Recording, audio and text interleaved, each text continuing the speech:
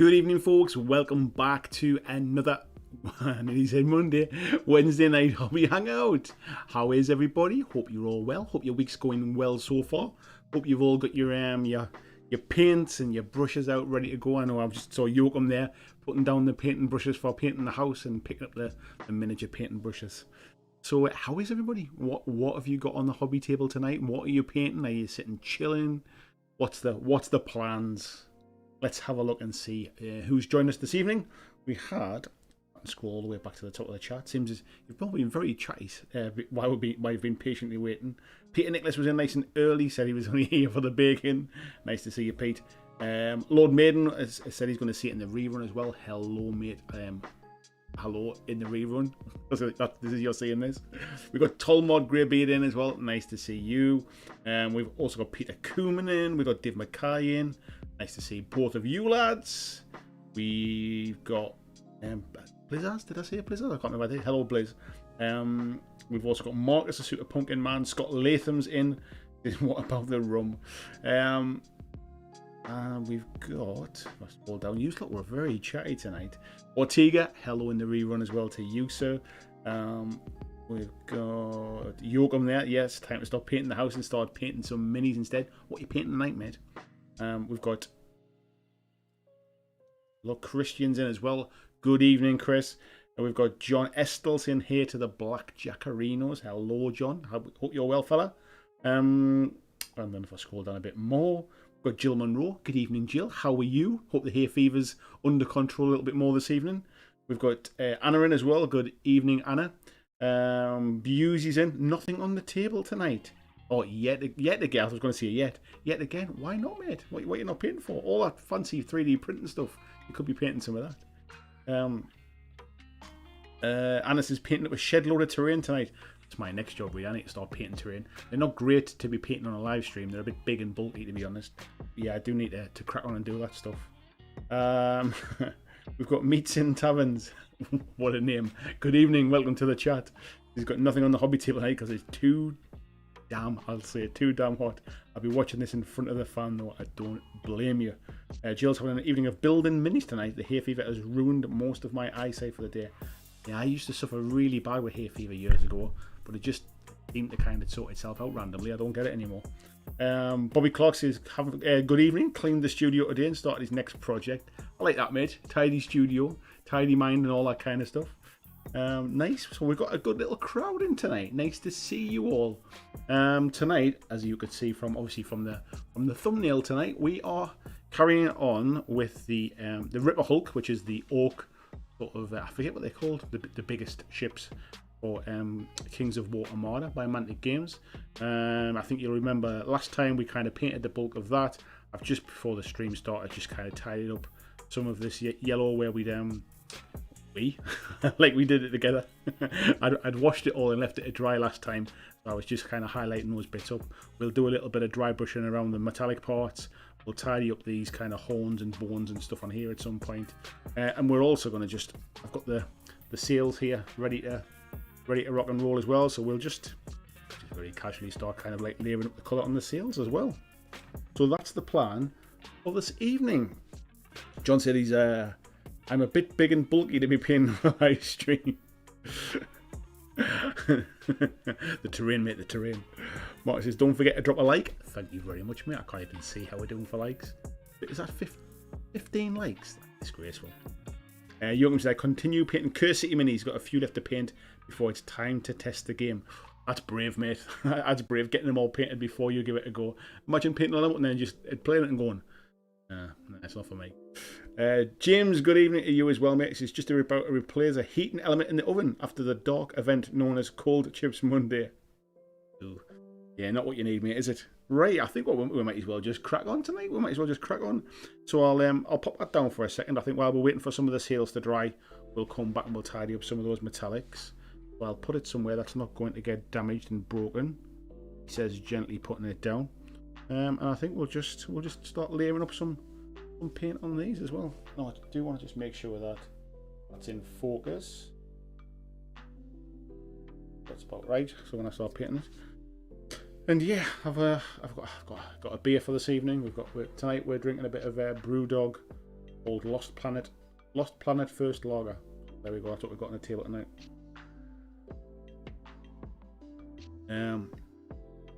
Peter said he's painting helmet straps. Sounds like a lot of fun, mate. And Jill said, yeah, didn't develop hay fever till I was 32, 33. It's weird, isn't it? It's weird how it doesn't come in until later. I think I had mine when I was probably about in my early 20s, I think it was. It kind of disappeared after a number of years. Every now and again, I can tell it's kind of coming on, or it's going to come back a little bit. I get a bit of a scratchy throat. But yeah, I don't get it anywhere near like I used to. That's for sure. Make sure I've got this on camera. So yeah, we're painting the sails yellow. We'll come in and tidy it around the edges and stuff once we get the basic. There was going to use an airbrush on these, but I used a spray can to do the browns. So the browns match the boats.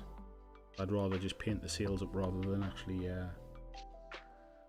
rather than trying to paint the masts brown, I think. Johnson, you might pick up one of those Ripper Hulks tomorrow. They look great. Yeah, it comes with 2 different options as well, mate, and the 2 cards. Yeah, I'll be getting a second one to get both options on the table at some point. Still haven't decided if I'm going to take Orcs or if I'm going to take Empire of Dust for the Mantic event yet. I've not decided, so we'll see. I've got a little bit of time to get them painted, but I do need to actually get them played as well. So yeah, that's the plan for that one. Beauty says lager based on the TV series Lost. I think it's something to do with some kind of eco-friendly idea. I think actually, but not Lost the TV series. If it was based on Lost the TV series, it would be a little bit out of date, mate. Lost's not been on TV for quite some time now. Or maybe it's just starting in Spain, I don't know. Ian says, hey Armada, just primed mine, missing some sails though. Oh dear, mate, doesn't sound good. Is that what you were talking about in the Patreon chat? Thought it was some orc bit or ogre bits. You might have been talking about that. Maybe I kind of skimmed read the messages, so maybe I've got yours crossed with somebody else's. Yeah, not good, mate. Missing parts. It's a pain in the backside, isn't it? You just want to crack on and get stuff done when it comes.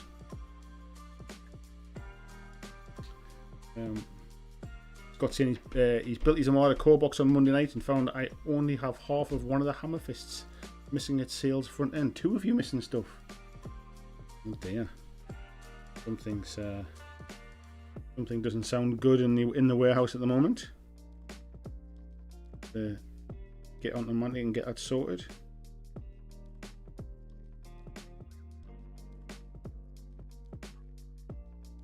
Guess mistakes happen, but it's a shame when it's happening with a bit of regularity.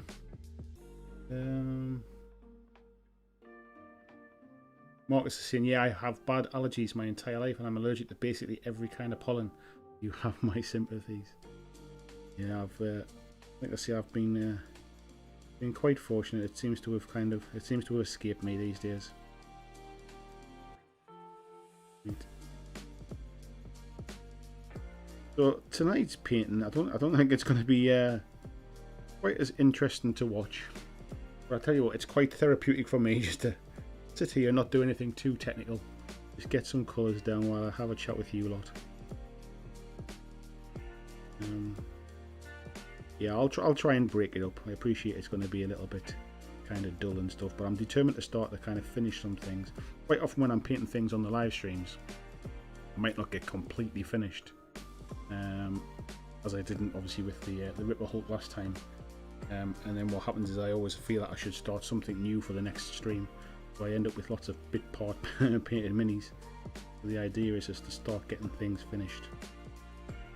So yes, that is the plan. I have been doing a little bit of hobby painting as well. I know you might find that confusing as well. What the hell is he doing? But there's some stuff that I do for the channel that I kind of I mentally compartmentalize as work, and some things that I do that's just, or I'm trying to do now, are literally just hobby stuff. They're not going to really appear on the channel. So I have been doing a bit of hobby painting this week as well, which is nice. Might potentially show that off later on so you can see what I've been up to. Yeah, this is going to take some time, I think, just plodding away, getting the colours down.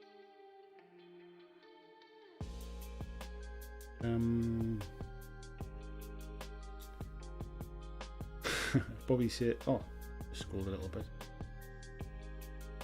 Tom Timothy, if B was based on Lost, it would have a terrible ending. I never actually saw the ending of Lost, mate. I think I dropped out long before that. Kodos, how you doing, mate? Nice to see you in. Hello to Luke Pryor as well. Bobby Clark said he's treating himself to a beer and a nice meal at the end of his big commission. Do you reward yourself too when you complete something for your channel you've put time into? I tend not to, mate, if I'm perfectly honest. I probably should, really, because it's kind of weird. Like, in my old jobs and stuff, if we had like a big project or something, or we did some good work, there was somebody to kind of sort of pat you on the back and say like, oh, well done, good job, kind of thing. Like, it's kind of weird with my stuff. I just finish it, put it out there into the world, I suppose, and then just move on to the next one, really. So I think I don't really stop to really think about it. I used to do a lot more kind of like analysing of how a video was done versus the last one, and what could I do to change it and that kind of stuff. But I do find myself at the minute just in that routine of just, I feel like I'm well behind because of the work I've put into getting the studio ready. I've kind of fell off the wagon a little bit with with other kinds of videos outside of the streams and stuff. But I do need to kind of sort of kick myself up the butt and get back onto that type of stuff. But I feel like I'm just in a bit of a mental block at the minute. I'm just trying to power through it, and I think I'm sure you get similar things, but working on your own as well, it's kind of, you end up like, sometimes you can basically just sit there trying to like kind of think of something to do, if you like. But so yeah, really long answer to your question there, mate, without really answering it. No, I don't reward myself, mate. I think I'm a bit of a I have a bit of imposter syndrome, and I don't always think I'm doing a very good job, so I don't really reward myself for stuff. But that's just life.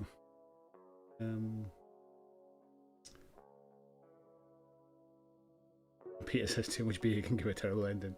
Ian says, yeah, missing some of Gur Panther sales and got 3 full regiments of ogres I didn't order, and missing 3 regiments for Basilia. Oh, weird, mate. Scott says, I've mailed Mantic and I'm sure they'll sort it. Happy with the rest of the boxes. Yeah, it kind of, it happens, but to be fair, it should happen a lot less than it probably is, by the sound of things. I've always been lucky, if I'm perfectly honest, when Mantic have sent stuff or I've bought stuff from Mantic. Never really had a mispack or anything like that, but not to say it doesn't happen. And I'm sure when things are busy and social distancing and all that kind of stuff, mistakes get made. But it's still not good.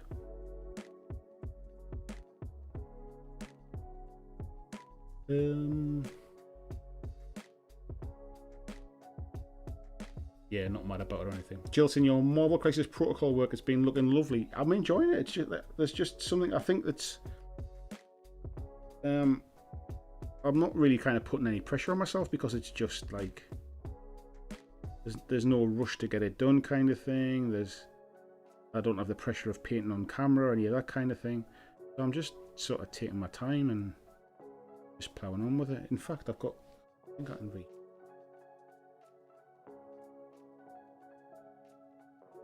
So I've got, this has been my hobby painting so far.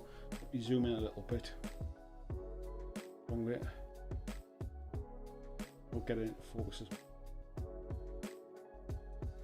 other way. So this is what I've been sort of painting just for myself, if you like.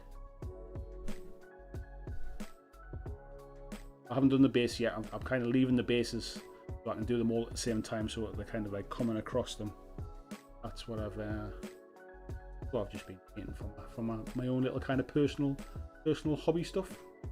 But yeah, I mean, there must be about 10 different shades of green on that, and I was just kind of sitting watching the One Division, just kind of like layering them up, just. But yeah, I'm quite happy with how that's turning out. It's coming along quite nice. So let's just get this back under the. I'm not an issue with that as well before that.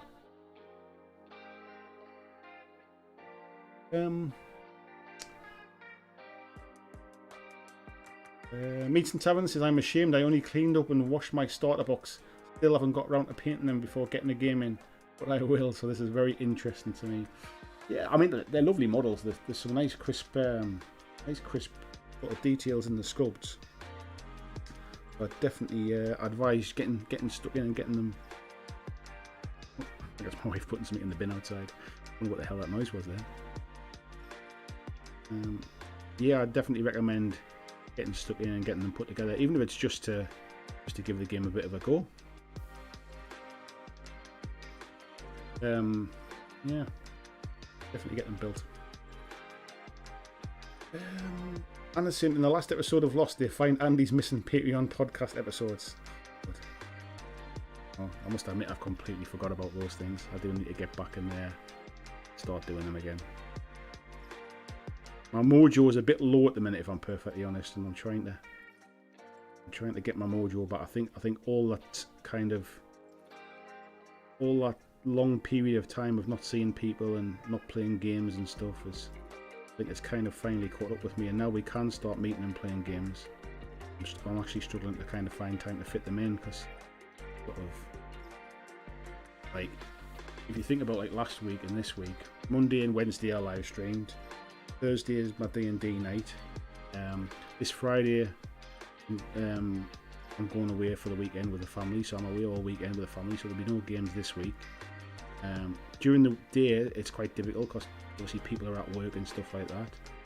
So I'm still, even though we can meet people, I'm actually still finding it a bit of a struggle to actually get out and find time to get people around and stuff. So yeah, my Sam, one of my sons, who kind of plays games with me sometimes as well, he works weekends now as well, since he's finished college and he's getting ready for uni. He's got a job where he's working on a weekend. He actually works away on a weekend with his family, so he's away all weekend. But yeah, I'm in a bit of a low mojo moment at the moment. Yeah, ideas for podcasts and all that kind of stuff. I must admit, I've just completely skipped my mind, but I need to pull myself around a bit. Marcus is saying, so I plan on adding a small number of Deepkin to my Warcry collection, and I realised I need to paint, I didn't say that, like Aquaman riding his seahorse. I'm not that familiar. I mean, I know what the Deepkin are, but I'm not that familiar with the different models for it. I'll be perfectly honest. I'm not a huge fan of their aesthetic, if I'm honest. Yeah, it's been a while since I painted any GW stuff, if I'm honest. I don't miss it, because I wasn't playing anything with it, so. And the Cursed City stuff hasn't gone anywhere. Still in the box. And the person who gives the thumb. Mark says, this is where summer is bad for me. I always need to get something aquatic themed to paint, buy or build or watch. Wow. Anna says, talking about imposter syndrome and stuff, are you considering doing another mental health episode on a Monday? I remember the last one went down really well and helped a lot of people. It's a funny one. I'm really sort of happy to kind of talk about that kind of stuff. I mean, I'm a big advocate in people kind of sharing issues, not letting them get on top of them, all that kind of stuff. Being aware of your mental health. Like, it's one of those things where, like, even if you don't think you have any mental health issues, you have to think about mental health as in, well, that's because I've got good health. It's like if you had somebody had a bad knee, you'd kind of say, well, yeah, the bad knee needs to get healed up and stuff like that. But you don't think of yourself as somebody who's well I'll never get a bad knee. Mine will never be bad. So what you do is you do things to try and stop yourself getting a bad knee in the first place. That's a bit of a ramble, but yeah. But mental health is a similar thing. Like I was talking about on Monday about sort of don't surround yourself with negativity and things like that. It's a similar thing.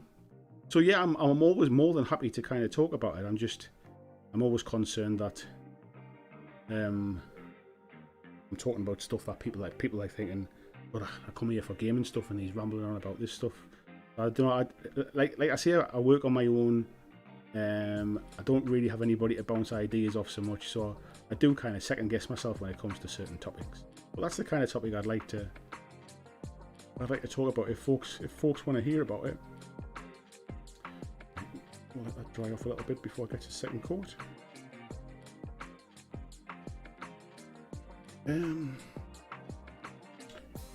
Marcus says I missed the beach. I live right next to the beach, mate. It's quite nice. VJ says good morning, folks. Hello, VJ. Peter Stockdale, good evening to you as well. Derek Hodge, good evening as well. Saying nice job on the Hulk. Thank you. Iron saying Hulk is excellent. Appreciate that, mate. Thanks. Tall Martin, amazing. Yeah, it was quite nice. Just kind of just sitting, plugging away, not really a care in the world. Just doing a bit of painting for hobby reasons. Ned Pearson, good evening, mate. How are you? Mason Tavern says Hulk smashing. Mark's saying, yeah, it's looking great. Yeah, VJ said he's planning to build the Armada core box that arrived yesterday. Nice one, mate. I can't even remember what you get in the core box now. It's been I never got the core box. I just got a few of the starter packs, which Mantic had sent to me. So I didn't go and get the starter box because it would have just been doubling up on a lot of the stuff that I already had. So I've just had individual, not individual ships, but things like booster packs and things like that. So.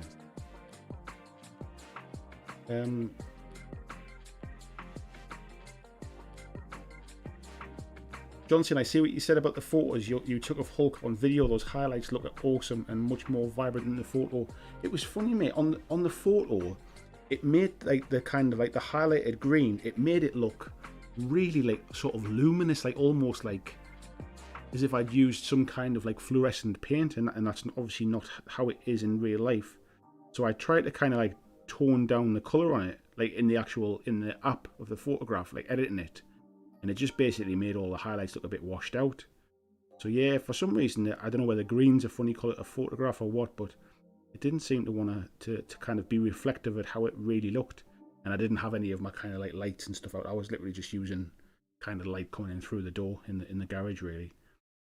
Yeah, I couldn't seem to get the lighting right for a photograph, but yeah, I'm glad it looks a bit better on camera anyway. VG says, going to do the human ships first because I don't care if I stuff them up. The ships are really nice, mate, actually, the Battalion ships. They are really nice.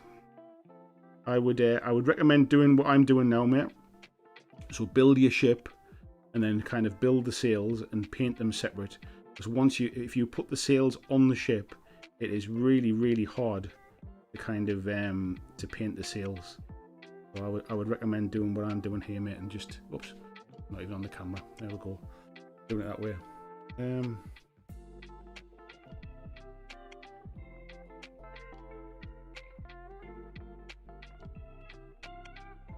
Jill saying, yeah, it's weird. Seeing people playing... Where was it? Seeing people playing is making me feel worse about not getting games than I did pre-pandemic. And I only played once in a blue moon. Yeah, it's weird. I'm like, I know exactly what you mean, because now I can play...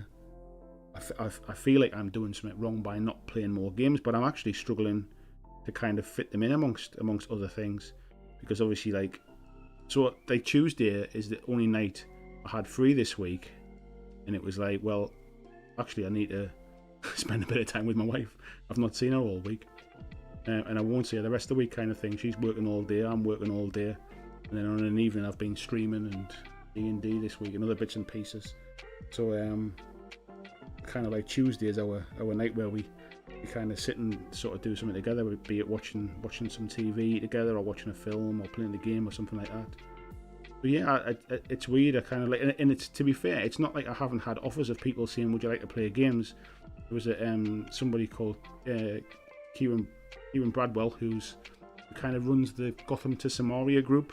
I don't know if you're familiar with them, but they do some quite good kind of weekend events and stuff like that. He was messaging me today to get some games in as well, and it's like I'm away this weekend. He's got one of his events the weekend after.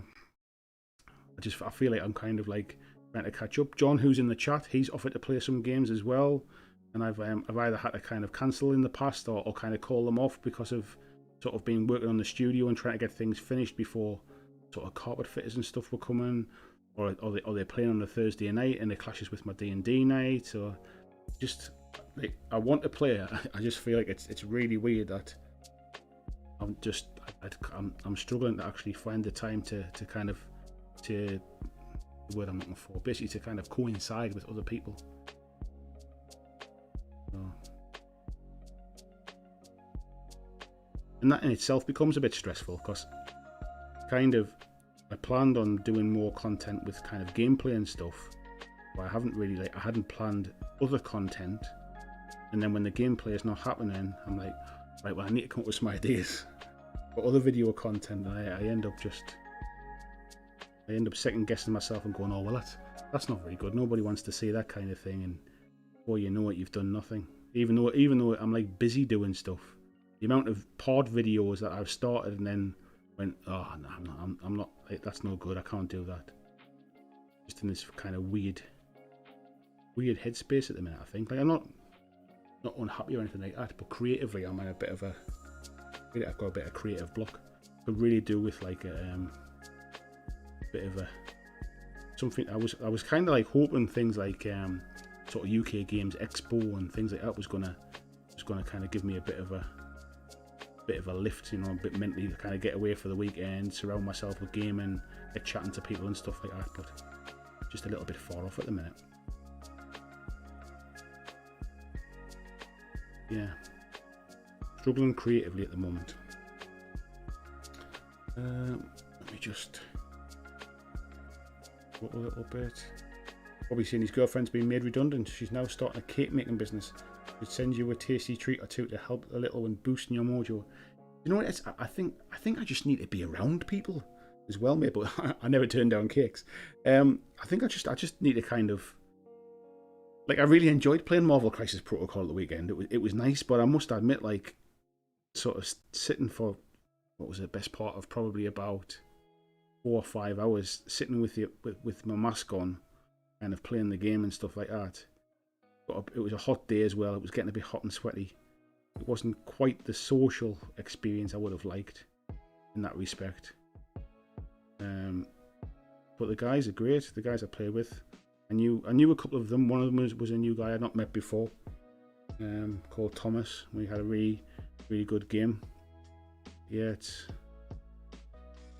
there's something about, I mean, I understand the kind of the health side of wearing a mask and things, but there's something about wearing a mask that just like covering people's face when they're talking seems to kind of lose something of the, like, I don't know what it is. It feels different sitting talking with masks on.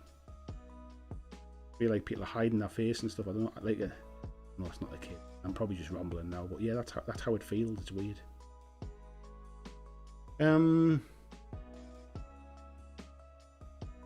Marcus is saying, I think I'm going to paint these Fallout Soltrons now. Hope Lives says, time to paint something. Headphones on. Ian says, any rumours of new Armada factions? There's obviously all the ones that we talked about before previously. So I think there's Elves on the way. There is Twilight Kin on the way. Was it? Am I right in saying that? I forget what it is now, but there's been some confirmed, which are definitely happening. They're not rumours or anything like that. They're like Mantic kind of teasing themselves at the last open day, I think, or the last live stream thing that they did, the virtual open day, and I think they shared quite a bit, to be fair. So yeah, it's there's definitely more planned. The expansion's on its way as well, I think, for the summer, which is, I forget what it's called now, the expansion, but it brings in the flyers, it brings in a bit of campaign play as well. That's coming too. I was getting a bit thin there now. I must keep thinning it down. VG says 4 human boats and 4 orc ones. The human ones I can live without. Wish it was orcs and Empire of Dust. Yeah, unfortunately, mate, the Empire of Dust. Excuse me, the Empire of Dust wasn't out. I don't think they were sculpted when the starter box come out. There was only the orcs and the Basileans that were available when the starter box first came out. The Weekend Geek, how are you doing? Says, hey BlackJack, how are you liking these models? I really like them now. I think they're nice crisp sculpts. I think the resin from Mantic is really good at the moment. See, at the moment, that makes it sound like it's going to get worse or something like that. That's not the case. I think Mantic are making really good resin sculpts, I should say. And to be honest, there's a lot of stuff that I actually prefer in resin over plastic, purely just because it doesn't take quite so long to wait for things to get produced. You can do it in house. They can control stock levels a bit better, which is better for everyone, really. I'm loving the all of the War Cradle resins for things like sort of Mythos and Wild West Exodus.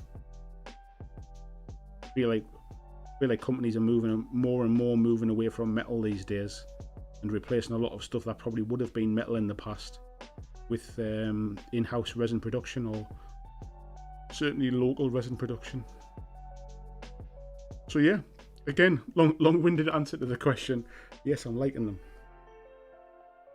Ian says I need some rocket dwarf ships. Why do I keep moving that off the camera? Let me get that back on there. Sorry. Rocket dwarf ships. That might make them slightly overpowered in the game, I think, versus everybody else with sails. For you saying, yeah, cheese, I'll keep that in mind. Just dry fit the sails and leave them off the paint. Yeah, that's the best way, mate. The problem is if you glue them to the ship before you paint, the sails overlap each other, and it's just really, really hard to get in to paint them. I mean, you could do, I suppose, if you just spray paint or something like that. Sort of feel free, but yeah, dry fit them first and see what you think. But my recommendation would be do them separately.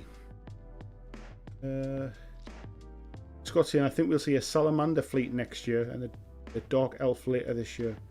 Salamanders. Will we see a Salamander fleet? I'm not sure, actually. I'm trying to think what we're missing. Will we see something like sort of what they called as well?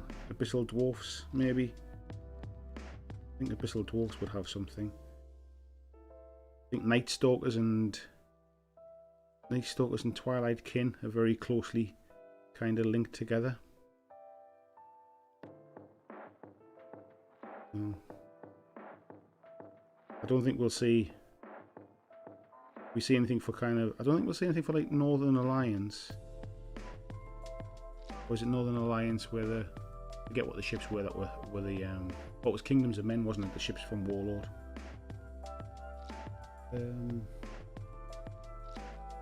BG says, speaking of TV, how good is Loki? Killing it. I've not seen the second episode yet, mate. That's probably my plan to watch it tonight after the live stream's finished. You're obviously a little bit further ahead, being Thursday there. It only came out today, mate, I think, so I've not seen second episode yet. But yeah, I enjoyed the first one. Like I say, I've not watched the second one yet.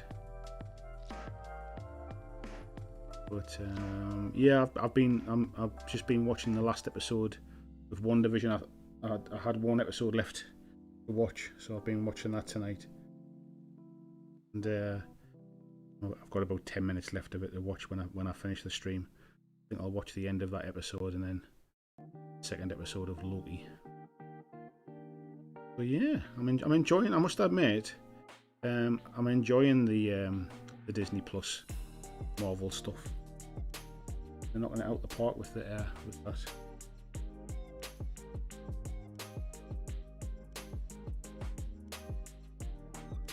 As I said on Monday, I kind of binge watched Falcon and Winter Soldier as well, because we only recently took out the Disney Plus subscription again. We had it for a little while before. I think it was when I was watching Mandalorian season 2, and then when that finished, we kind of cancelled it and let things build up a little bit, and then take out a subscription again afterwards. Scroll down a bit, yeah. Mason Tarrant says, have you thought about streaming your D&D sessions? Whoops. Where is it? Unless you do and I've missed it. No, I don't run the sessions, mate. Christian, who's a moderator here in the chat tonight, he runs the sessions. And there's a number of people who are in the chat tonight actually that are part of the sessions. However, it's kind of, I don't know how the others feel about it. I wouldn't want to make them feel kind of under pressure to say yes, I don't mind or anything like that. But it's kind of nice to do something that's not work, if you like. Otherwise, it means I'm streaming 3 nights.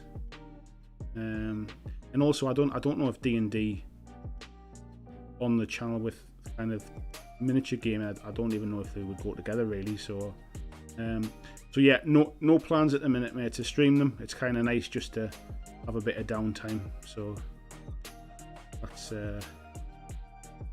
the plan at the moment. But who knows in the future? Maybe a one shot or something like that. If there's enough folks want to do something on a stream. I mean, the other side of it is, I mean, this is my first experience of D&D as well, so I'm still just kind of getting my head around what D&D is really. So I'm no expert.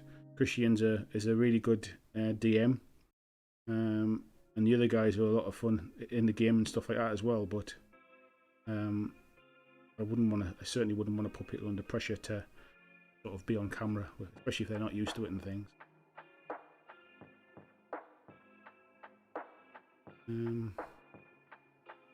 Anyway, Anna, if you're still in the chat there, talking about podcast, if you wanna be on the next podcast, we set a date up and we'll record a podcast, me and you, for the Patreons.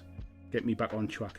Get me mojo going again. Seems you've brought it up, and I think VG as well. You've been my furthest away supporter. I think we should do a podcast together as well, mate. So, and we'll catch up on. That'll get me back into the swing of stuff. Get a couple under the belt and start again.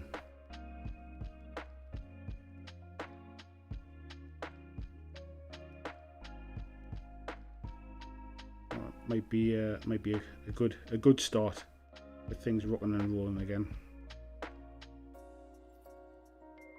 Because I must admit, when I do them, I really enjoy it. But I always kind of forget about them. I think people are sometimes too polite to remind me. Where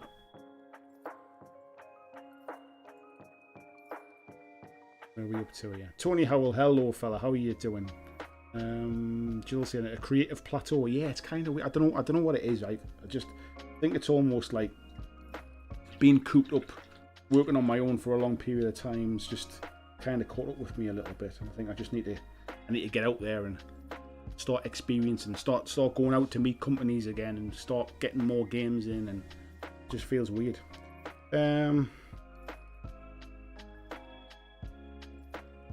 Here.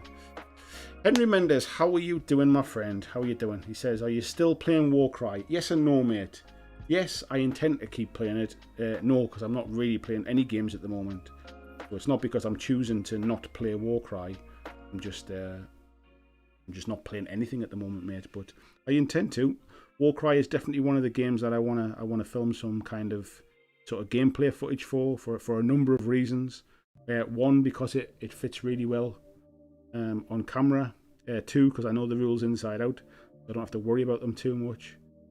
3, because I've already got sort of like boards and lots of terrain and stuff already done for it. I've got factions painted for it. So yeah, I'll definitely at some point in the near future get some Warcry videos back on the channel. I also still haven't played Catacombs yet. So I bought Warcry Catacombs, got all the terrain painted up. and still haven't had a game of it yet because like I say, I've not played any Warcry. So yeah, it's I think it's like I say, when I say I'm struggling for ideas, it sounds weird when I say I'm struggling for ideas, and then well you've just had an idea. Why don't you do that? It's just getting people to play the games with as well. So.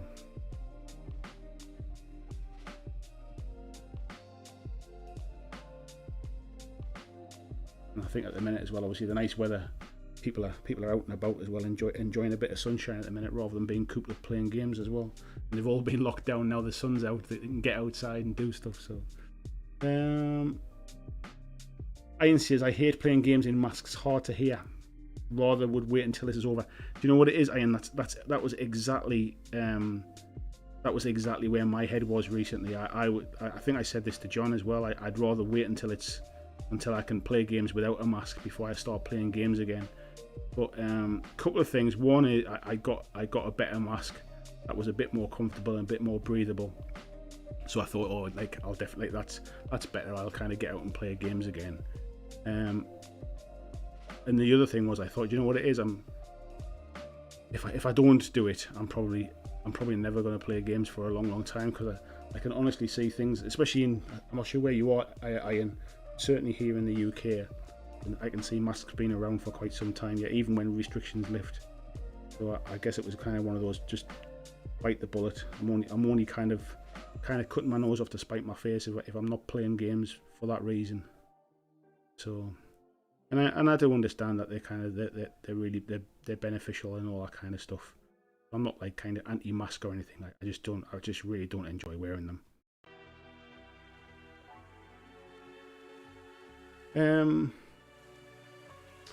Christian sharing the link there for Patreon as well. Thank you very much.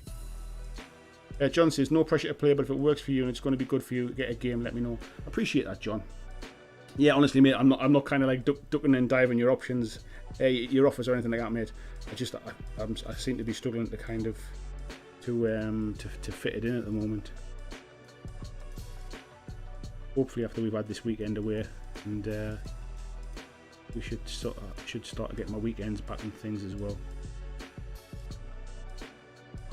Anyway, so we're just plodding away here tonight. Those that have just joined the chat, welcome, good evening. Got a nice little gang in tonight, just us regulars and a few new faces as well. If you are a new face here, if you are new to the chat, or you're somebody that doesn't chat very often, please do say hello so I can say hello back to you and find out who the viewers are this evening. If you're somebody that's watching and you haven't said hello in the chat tonight, again, just let me know so I can see who we've got in. Say hi to a few folks. Let me know where you're from. Let me know if you're painting tonight, if you've got something on the table. Excuse me. Let's hear where we're up to. Tony says facial expression is partly lost, mate, and it's an important part of communication. Yeah, I think that's exactly what it is, mate. Like I say, I don't want people to get the wrong impression. I'm not some kind of anti-mask kind of like sort of like angry person about masks or anything like that. But there is definitely like, what's that on the screen there? Hopefully it was donated through Super Chat for a pint of summer cider and a canny bag of chocolate crisps. What was that, canny bag of crisps, was it there? Canny bag of Tudor crisps, boy lads. Tudor. I'd climb a mountain for Tudor. I'm sure there are many people, mate, that don't know what that reference is for. But I do. So yeah, thank you very much for the donation, buddy. Muchly appreciated.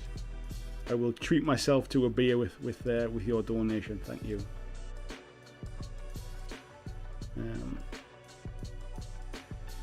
So yeah, that's. I mean, this doesn't look very good at the minute, I'll be honest, folks. But it is just kind of layers of. I'm just putting on the layers of yellow. It'll obviously take a little bit to cover up the brown, but we'll just keep building them up. I'll do a little bit more, and then I think we'll switch over to the ship and get sort of tidy up some of the metallics and things. Yeah, subtle nuances are totally absent. It's a weird thing. I'm somebody that I like to smile. I like to interact with people, kind of thing. And when I look across and just half the face is kind of hidden. It feels a bit weird. Andy says, hey, hope everyone's okay for now. People want to talk about mental health. Now, if people want to talk about mental health, would you like the founder of Models for Heroes to be on the channel? I can ask. He's a good fella.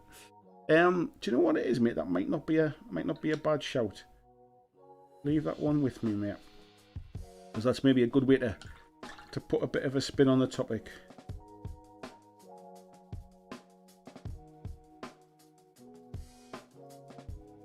And it covers a couple of things. John says, my guess would be salamanders too. They're pirates in the fluff. Ah, in that case, mate, I think salamanders will definitely make an appearance. We know that goblins are probably not going to make an appearance because they're allied with the orcs a little bit.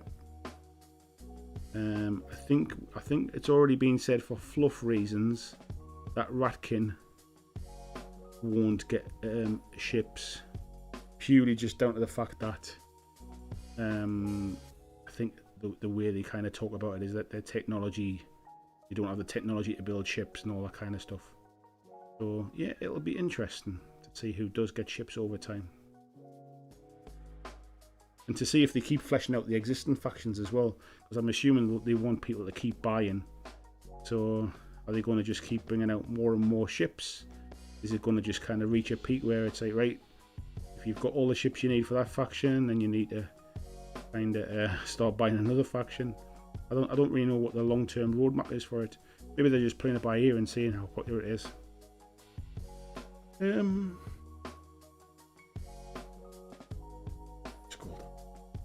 Iron says rocket dwarfs was a reference to abyssal dwarf. Ah, right. Is that what it was? Scroll back a little. Yeah, Chaos Dwarfs had rocket ships in Man of War. Ah, I never played Man of War, mate. I don't know about that. Scott saying, yeah, Salamander Captain has a section in the book, and Mantic said they were working on 2020. There you go. Blizzard says they need ships made of ice for Northern Alliance. Vigi says, I'd be up for a podcast. Let's play a game of Blitzball TPS and a couple of beers, get lubricated first. That's the way to do it, mate. That sounds like my kind of an evening. Or morning. A couple of beers in the morning, yeah. Stuart Murray says, why I happy hangout everyone, time for a touch of painting. What are you painting, Stu? Tell me what you're what's on the McMurtry table this evening. What are you working on?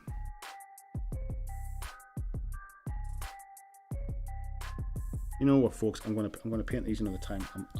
I'm boring myself sitting painting on camera. Let's get this on. Let's have a look. Right, we'll scroll out. We'll zoom out a little bit here. A bit more of this on the table. Zoom out of that one, and we'll start to tidy up some of these metallics and things as well. So please don't fall over while I look for my silver. I don't know why I'm shaking a dry paint. That doesn't work, does it? Where is it? Where's my brush? We'll use this tatty old one, I think. Ian says, just an idea, if you don't have topics for a podcast, it might be cool to have a stream just showing off various projects the community did during COVID. Do you know what? This is where I kind of second guess stuff. So those are the kind of things where I think, oh yeah, that sounds like a good idea. I should probably do something like that. And then part of me looks at it from a point of view as in like, well, you know, I'm because YouTube is such a fickle thing. If a video doesn't do very well, it almost kills the next few videos as well, because what happens is it doesn't get shared out. YouTube says basically, oh well, nobody liked your last one, so we're not going to bother sharing your next one. And the thing is, with those kind of videos, whilst like a portion of the community absolutely love them, a big portion won't watch them. So what happens is that it basically it kills the momentum if you've got any kind of momentum going. So I end up like second guessing stuff like that.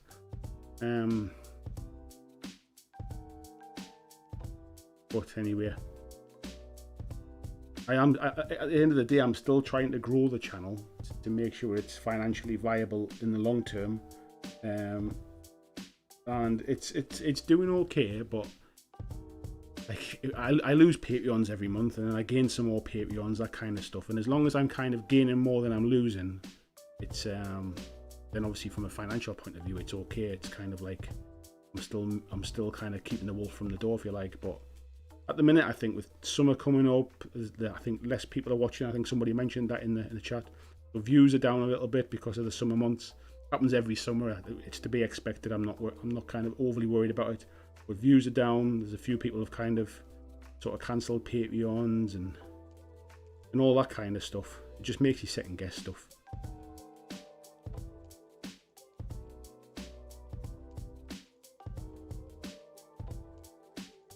You start thinking, what have I done wrong? Have I said something to offend somebody? Because like, the video didn't do very well, or people have cancelled Patreon. That you start thinking, oh, it's a bit of a downward spiral when you get your head in that space.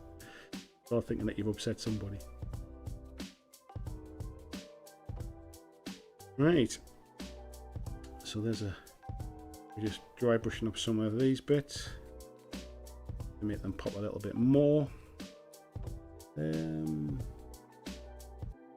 Oh yeah, we just talked about that one. I says always cool stuff in the Discord, but I rarely have time to keep up with it all. I might do something like that, actually. I might try and do like a monthly showcase or something. Jill says British summer is so short. I always find Gabe's hobby slows for a couple of months. Yeah, it definitely happens with videos as well. People, especially at the minute, like with the Euros on and stuff like that. There's I think people are busy doing other stuff this time of year. Jill says I wearing a mask for 8 hours a day, 5 days a week. The last thing I want to do is wear one for a gaming session. Yeah, I can imagine. Mark is saying I'm fully vaccinated. At least 70% or more people in my city. I plan still wearing a mask for another year. I'll be perfectly honest, mate. As soon as I can take mine off, I'll be taking mine off. As soon as we don't, it's not like mandatory. I'll be taking mine off. I can't wait to get rid of it.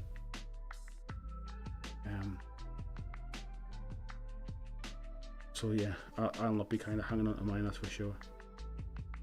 If I didn't have to wear it now, I certainly wouldn't be. But I abide by the rules, as they say. I'm double vaccinated now as well, as of Monday just gone. I've had no side effects this time, which is really good. So feeling pretty good about it. Right, next is hello everyone. Just started on my Canaan's Reapers tonight. I wanted to paint some Ossiarch Bone Reapers for some time, and this small warband is perfect. Yeah, I quite like Ossiarch Bone Reapers. I quite like the models. Rob Gates, good evening, mate. Says a bit late, join the chat. Try and get motivated. Get the brushes out. Do it, Rob. Do it. Get motivated. The Menace says it's all good, folks. Carry on. I'm here now. Good evening, Menace. How are you doing?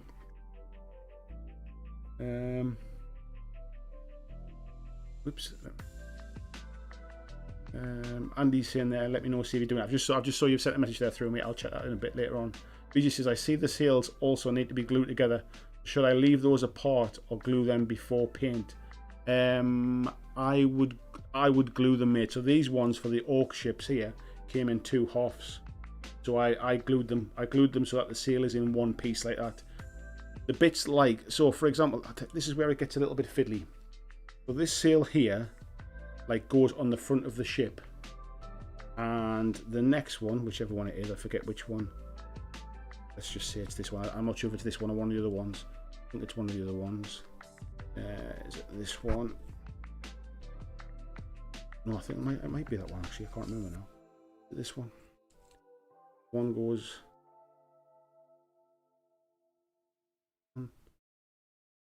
No. Ah, it's this one here, I think. A little bit on the front. So that one goes into there. And that one kind of glues to that part of the mast. But it's really difficult to, like, if I kind of glue them all together like that, I ain't painting behind the masts, behind the sails and stuff. So I tend to do it in sections like that. So because you can't glue that front one on until you've glued that back one on, and you need to be able to kind of twist the sails a little bit as well to make them line up. So that lines up like that. So yeah, I would get your sails into subsections, sub-assemblies, and then stick them on like that. Right, we're gonna go with a little bit.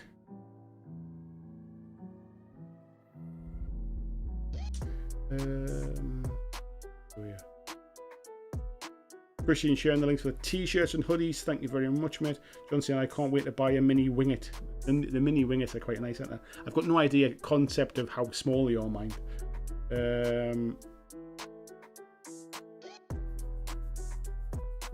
Yeah, Basilian Rear one is the one I'm talking about. I'm not sure, but I can't remember the Basilian Rear one, mate, if I'm honest.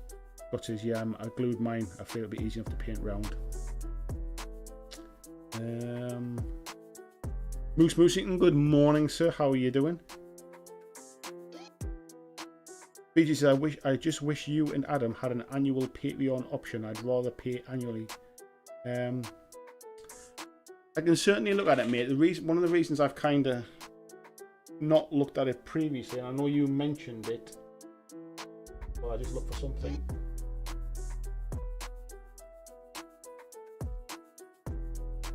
The reason I've not done it so far is I feel kind of bad tying people in for 12 months once they've paid, because if they change their mind, if they're not happy with something, or they don't think the content is up to what they subscribed for, something like that, I kind of feel bad, if I'm honest. So I think that's kind of one of the reasons why I've left it as it is right now. But yeah, if that's what people want to do, I'm happy to kind of look at it.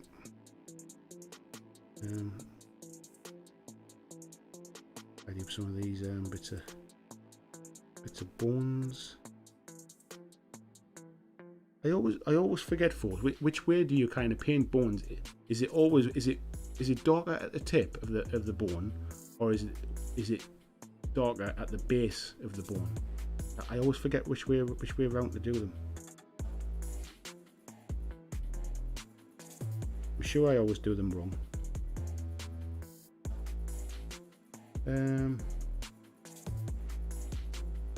John says a mask in winter was quite nice, but it's stifling in this heat. Yeah, I agree, mate. Yeah.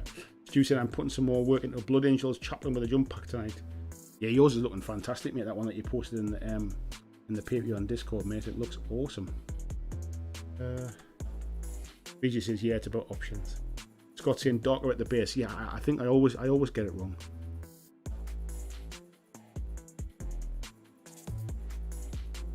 Or is it? Or do I always do it darker at the base, and then I've seen it done the other way and think I've done it wrong? I'm second guessing myself now again. Yeah, darker at the base. I think that's the way I've always thought it is. I tell you what, actually, I'm going to flick over to the thumbnail because I'm sure there's a ship on there that's got it on. So give me 2 seconds. Yeah, darker at the base. That's. There we go. It is darker at the base. Right. Know what we're doing now then. Joachim says getting his first vaccine dose tomorrow. Hope I still feel good for D&D session. Got some things I want to do in game. Ooh, you've been quiet so far, mate, haven't you? I can see your dark sides coming out again. I like it, mate. Keeps everyone second guessing.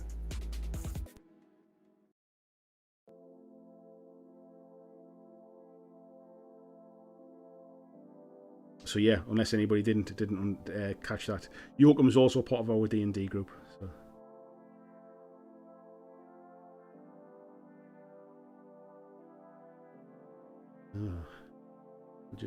I'm just kind of cleaning up where these teeth are. They look like they're kind of some kind of big beastie's teeth, don't they? We'll just tidy in some of these up a little bit, and then we'll kind of start to lighten and darken them.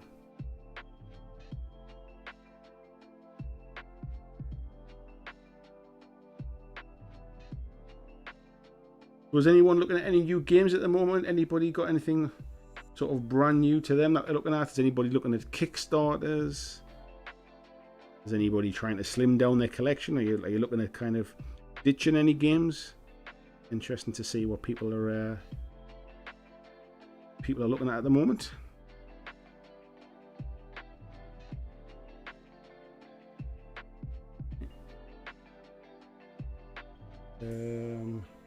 Yeah, John saying dark at the base. Peter says, Joachim, the angel or devil. I think it's definitely the devil side, mate, to be fair. Peter's also in our D&D group as well, so yeah. There's got a nice little gang there. We have... Right. Start to lighten this up a little bit. With a little bit of wraithbone. Just start to pick out some little bits, I think.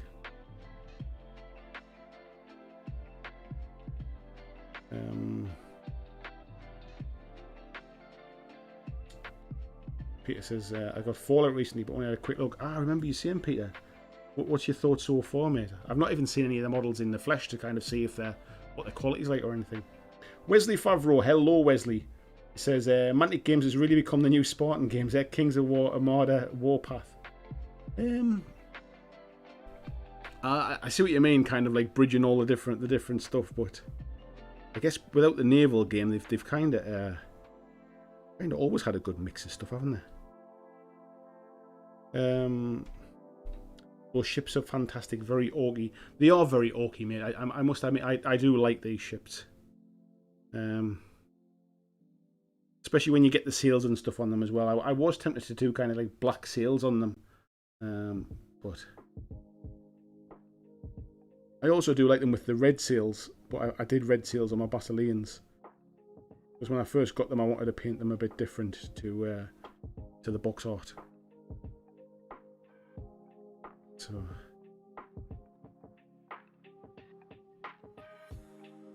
a little bit.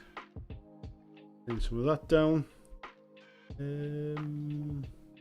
Hope lives says I'm painting whatever I like and using my own solo rules. They are so simple, even I can do it. The AI wins more than me. There's nothing wrong with that, fella. Nothing wrong with that. VJ, is it just mine, or are the codes on the gates of the sails not match up with the instructions? Got no idea, mate. I didn't get any instructions when I got mine. So when I got sent the ships early, there was nothing to kind of reference at the time, so I just kind of play it by ear and wing it a little bit. So yeah, I didn't build mine to any instructions.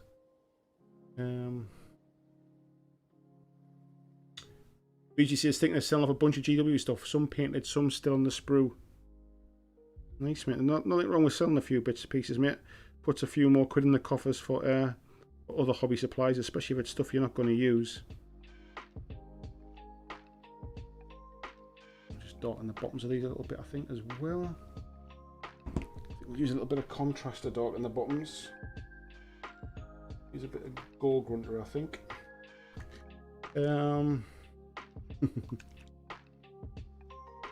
Yoakum says, I was so close to jump on the Moonstone Kickstarter, but got enough stuff right now. Yeah, I'll be honest. I mean, the Moonstone Kickstarter, if you're already a Moonstone player, I think it's fantastic.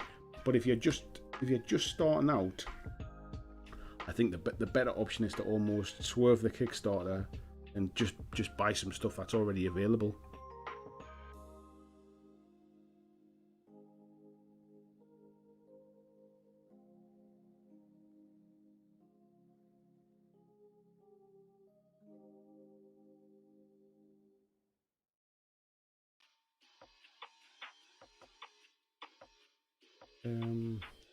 Pale Blue says, paint them like your teeth.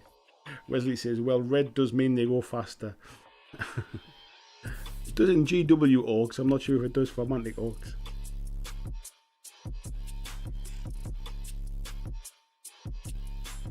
Peter says, I like the backstory and the figures in the starter, that's why I bought it. But the gameplay looks like it will be a nice change from usual stuff. Well, that's good then, mate. Change as good as the rest, as they say. A little bit.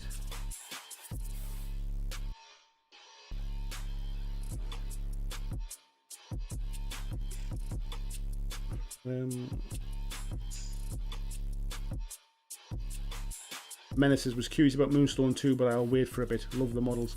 Yeah, like I say, mate, it's I think if you're an existing player, I think the Kickstarter is really good. It brings some nice new stuff to the game. But I think if you're just starting out, I don't think there's any real benefit to diving in with the Kickstarter. You might as well just buy the stuff that you want right now, because the thing is, you'll if you buy any existing stuff from their range, They'll wait to ship it, I believe, with the Kickstarter stuff later in the year.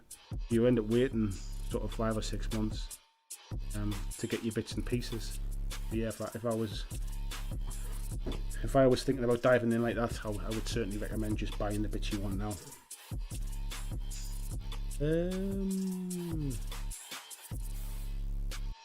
Beast is a bit more excited with these human ships now. I have plans to convert them to ratkin pirates. I like the idea of ratkins. That's why it was a bit of shame.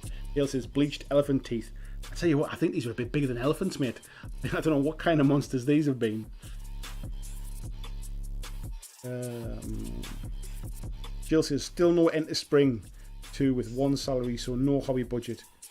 Still no end to spring 2 with 1 salary, so no hobby budget, but was lucky enough to get the Dead Man's Hand 2-player starter for my birthday. We're looking forward to that. Oh, nice. Kath Smith saying hello Kath, how are you doing? Spring supporting. Oh, still no end to supporting 2 with 1 salary. Yeah, it's that's a tough one, isn't it? I assume I'm assuming a lot of that's to do with like lockdown and thing, is it, Jill? Pale Blue says I want to paint my Kings of War for Halpy's Rift campaign. Yeah, I must admit I was looking at that again today, and I was tempted to get a little Kings of War project to go with the Halpy's Rift. I've got a couple of things for my dwarfs to finish off, to be fair. I should probably do them first.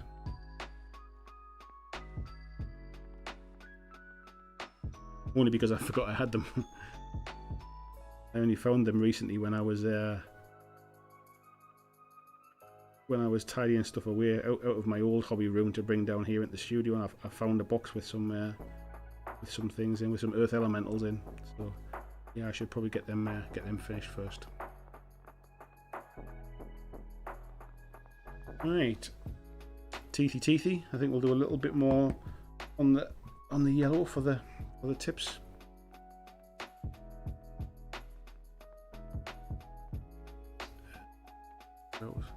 What was I just going to look for there? I was going to have a drink in my beer. That's what I was going to do. People chatting backwards and forwards there. VJ saying snapped mask thanks to clipping the wrong gate first. I've done the same, mate, recently. Not with these ships, but I can't remember what it was. But I did snap something doing exactly that. When you clip one of the gates off and it pings the other way and snapped something else. I forget what it was now.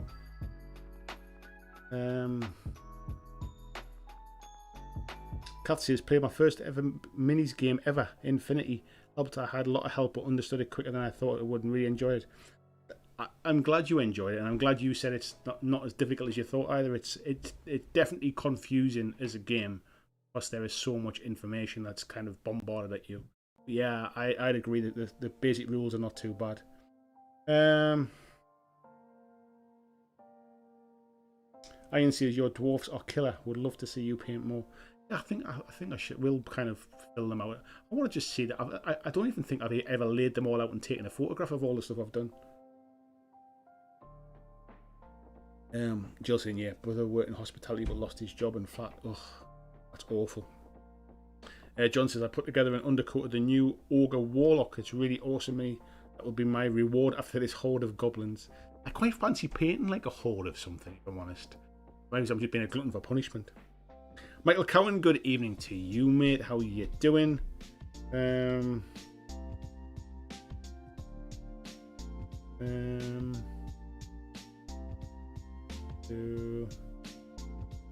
Busy brain doing, having a chat with Peter there as well. Right, that's what I was going to do. I was just going to get a little bit more of this yellow and just brighten up some of these top parts here. Clear them up a little bit, tidy them up.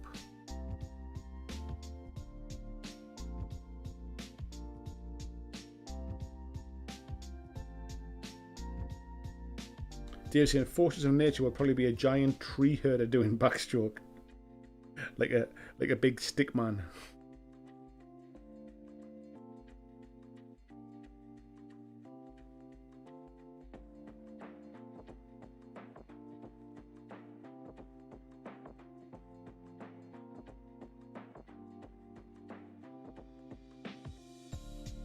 some of this up.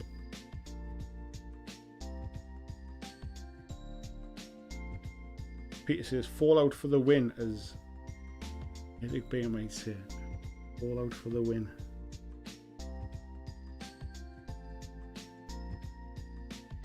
He says, word to the wise, always cut the gate attached to the mast before cutting the ones attached to the sails.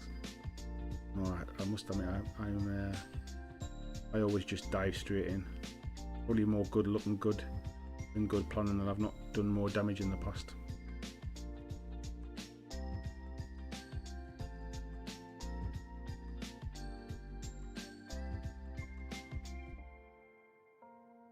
I just got some talk about Infinity there. I got some Infinity miniatures in the post the other day, actually, from Corvus Belly.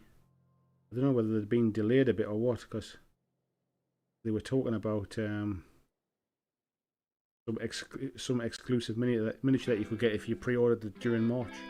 And so I've got no idea how long they've been in the post for. Yeah, they arrived the other day, so I'll need to glue them together at some point. I think it's the military orders pack, I think.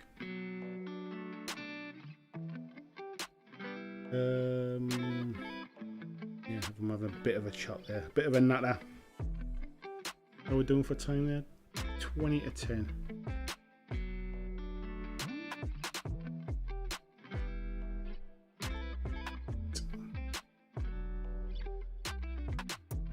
Right. We're starting to get that coming together now. Thing is, as well, with a lot of this ends up getting covered a bit by these rear sails as well.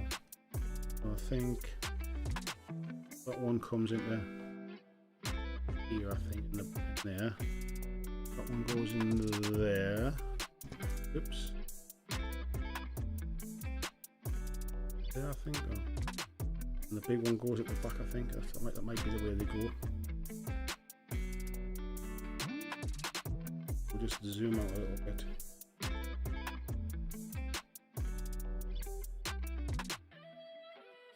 They're all going to fall out. But yeah, having like 4 sails on this makes them quite imposing on the table. But I want to get these sails like a nice yellow. I think they're gonna take quite some covering, I think. Jill said, how many ships is a standard game size fleet for Armada? I forget now, if I'm perfectly honest, Jill. I think it's on. You can kind of, especially with the bigger ones, obviously take up quite a bit more in points wise. But I think it's kind of 5 or 6 ships or something like that, I think.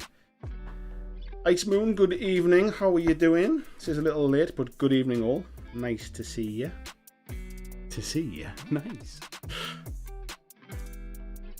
Right, let's get some more of this yellow one here. Get it on the camera so you can see what I'm doing. Sure, it's focused as well.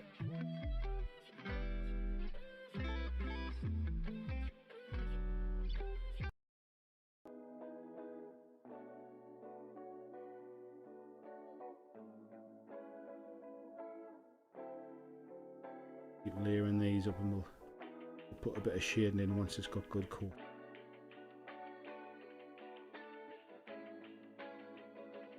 Peter said it's a great night so far. I'm glad you're having a good night, mate.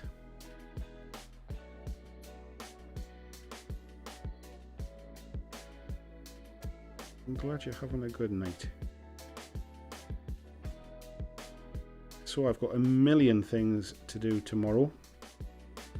Of course, because like I said before, I go away on Friday and I get back on Monday. I've got to start prepping Monday's live stream tomorrow.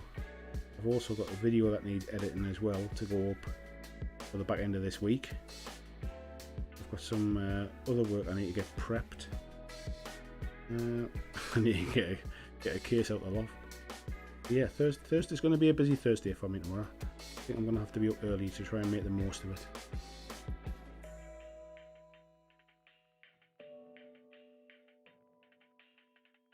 Otherwise I'm going to run out of time.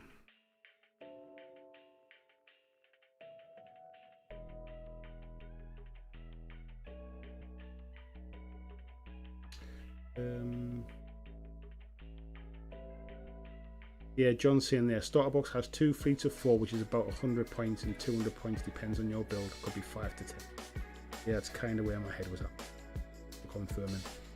Deep Red says, that's coming along nicely, Andy. Yeah, it's not looking too bad, mate. Like, it's a bit of a dull part, this, but just layering up the colours now just to try and...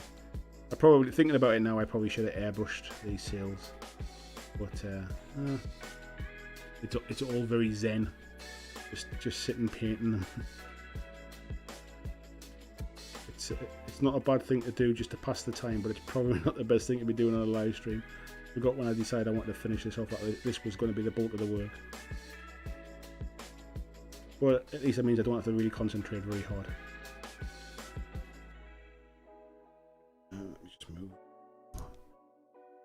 There. Michael said, I'm good, thanks. In a slight food coma after possibly the largest house kebab known to man. I do like a kebab, mate.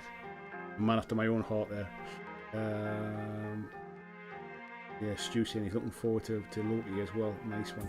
Rob Fannelson, this is what's good, chat? What's up, BlackJack Legacy? I'm good, man. I'm good. How are you? Michael saying, tidying emails as of tomorrow, so I'm off to GW tomorrow to spend more money. Nice one, fella. Nice one. Have you got your eye on something special? Is there something that you particularly want, or are you just going with a little bit of cash in your pocket? See what takes your fancy when you're there.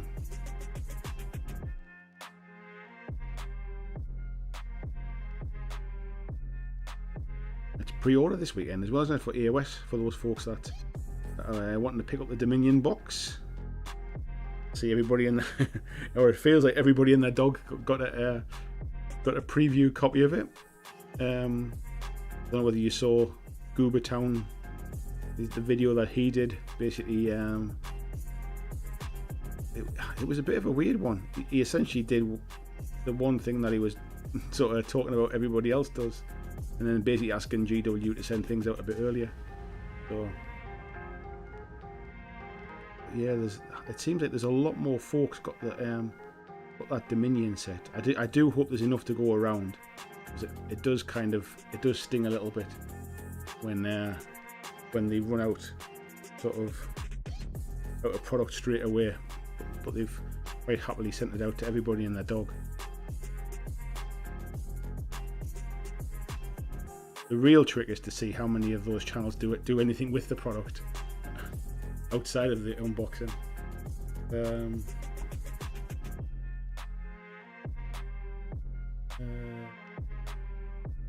Fiji says, very little flash or mold lines on these casts. Very nice work. Nice one, mate. I'm glad that you got some good sculpts. There was very little on mine as well, if I'm honest, mate. Looking at some of mine were kind of almost first production ones, so I assumed that they'd be in good shape, really. Appreciate sharing the link for the Goblin Gaming as well. Yeah, thank you very much, mate. If anybody is sort of pre-ordering anything this weekend, shop through my link. I make a small commission and you get the same savings. So I'd appreciate it if you are shopping at Goblin. It really does help me out. But obviously, I would always recommend you support your local stores first. Rob Farnson says, are you going to get the new Bot War box? I'm not going to get the box, mate, but I have already been sent the rule book for it. So I've got the rule book in digital format. But yeah, I'm not planning on getting the box, mate. I've still got the first edition or second edition. I think this is Turbo or something. The next one, the new one, isn't it? I've still got the other stuff, which I've not had a chance to make any gameplay content on. And I can't even review it either, really, because I haven't played it. So, but no, I might, if I get a chance to play Bot War and have an opinion on what the game's like, then I'll understand what's changed in the Turbo edition, to then probably compare the two and maybe do some content on it that way. But I was chatting to Anthony this morning, the guy that owns Traders Galaxy. I was having a chat with him by message this morning. Nice guy, Anthony. Yuka says, I love the Orcs in Dominion box. Am I the only one? I'll be perfectly honest, mate. I've hardly even looked at them. I know they look a little bit more like kind of Lord of the Rings orcs, but I couldn't tell you what's in the box. I've not really paid any attention to it, if I'm honest.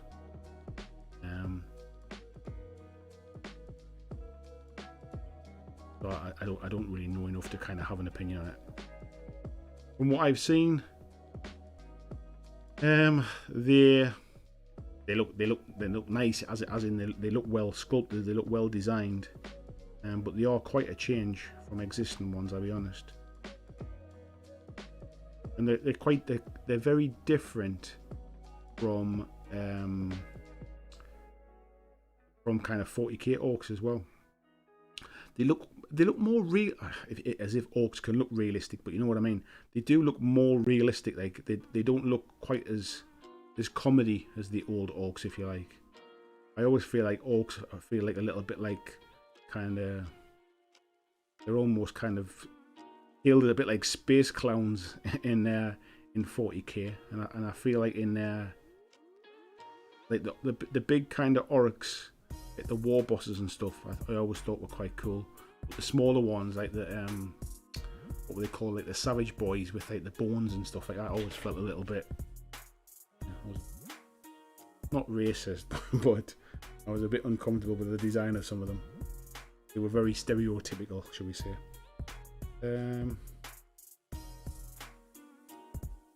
Joachim says he's just sorry, Michael's saying he's just going to walk and have a look. Not gaming, so want a nice mini to paint up and try something new. Nice one. Busey saying, is there any more news on Curse City? Weird how it's off the radar and still no news.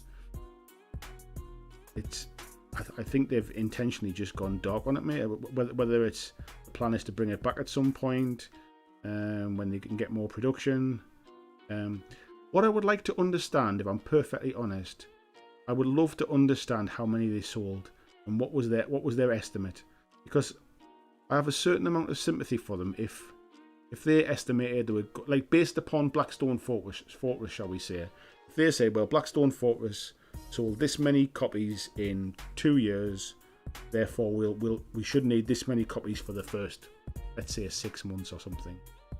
And then because of all the hype and lockdown effect and everything else, if all of that like forecasted stock sold out in that first weekend, which is very possible because of the way the hype train's working at the minute, I would love to know if that's the reason why it's out of stock.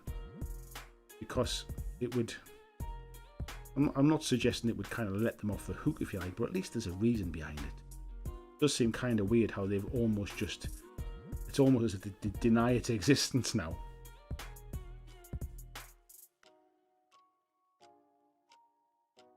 Kind of weird.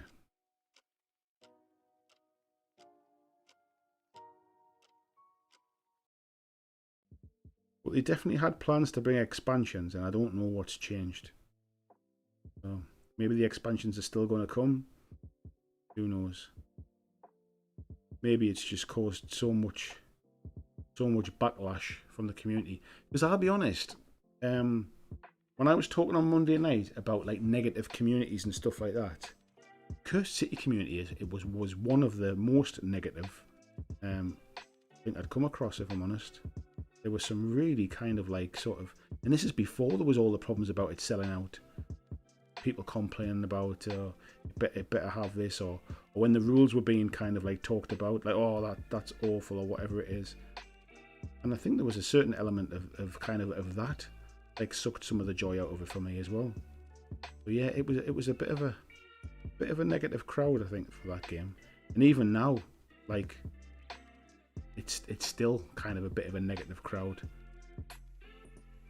at times. Not everybody, and I'm not tarring everyone with the same brush, but I feel like I get more negative stuff from that than I do from some other games. Rob says, Anthony's a good guy. Hooked me up when I got a missing piece. Nice one. Sigmar of the Ring Orcs. They are a bit Sigmar of the Ring. VJ saying, if I'm going to convert these Basilean ships to Ratkin pirates, I wonder if I should file down the symbols on the sails. Maybe I'll start doing some and see how much of a pain it is.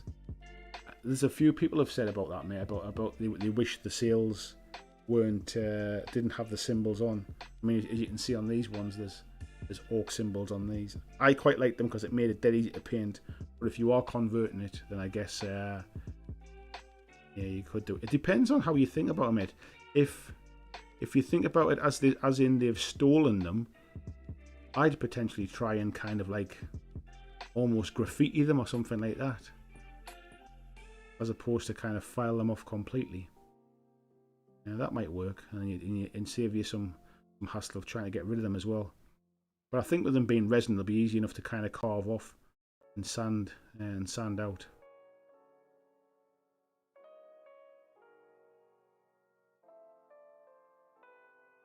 Certainly will be, I think. Peter says, we must go to the Cursed City and finish them. I didn't even start my mate. I built them and that was as far as I got. They're not even primed. Christian said, Andy's Amazon affiliate link for all your purchases. Yeah, don't forget, folks, if you are buying on Amazon as well, we've got Prime Day coming up. I think it's next week or maybe the week after.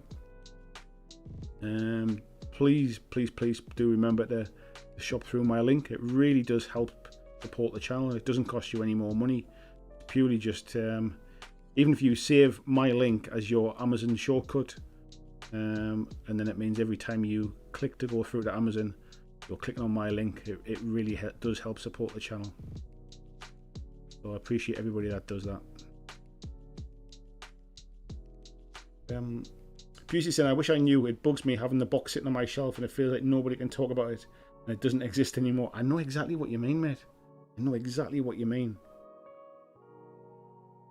Because I must admit, I kind of get that where I almost feel bad talking about it, because it's almost like you sometimes get that like, oh well you got one, so it's fine then, is it? Like it does feel like the game that you can't talk about. Weird. I think I'll paint them up at some point, but I think what I'll do is I think I really will go very kind of like high concept with them, go sort of zenithal primed, and like pick out a colour, a little bit of like a Sin City type vibe to them, rather than trying to sort of go super sort of detailed or anything like that, just to get them done.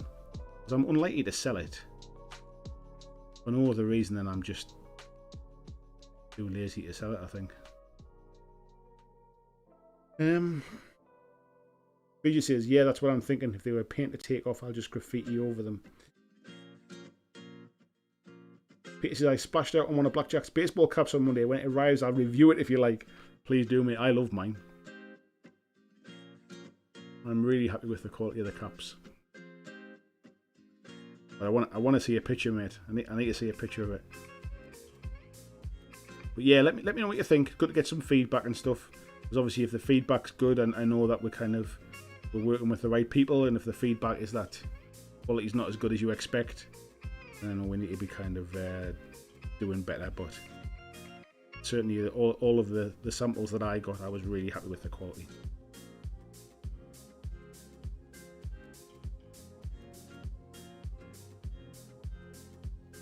Somebody had a picture in the Patreon group today, I think, of their cat asleep in one of the caps. So yeah, it looks like they were cat approved.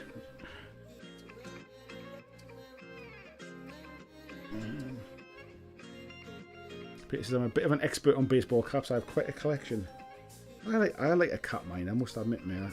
I do like a baseball cap, obviously. just to mix it up now and again. Can't do much with my hair, so it's nice to wear a hat now and then.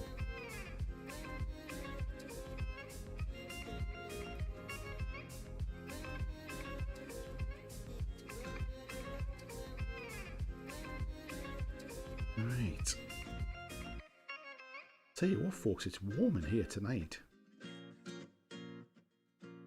It's normally not too bad in here. It's pretty well insulated, but I don't know whether my wife's had the washing machine and the dryer on earlier and it's kind of kicked a bit of heat out.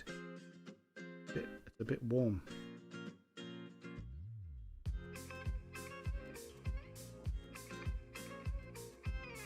Maybe I'm just not drinking enough beer. Maybe that's the problem. Andrew Fairbanks, hello mate. He's travelling home from New Mexico, so less talking and more listening. I won't say where you are, mate. don't think I even realised. Andrew, I don't know why I didn't realise that you were kind of even that way. Have you been working in New Mexico, mate? Have you been travelling for fun, for enjoyment? Fun and enjoyment. What's that? That doesn't happen often enough.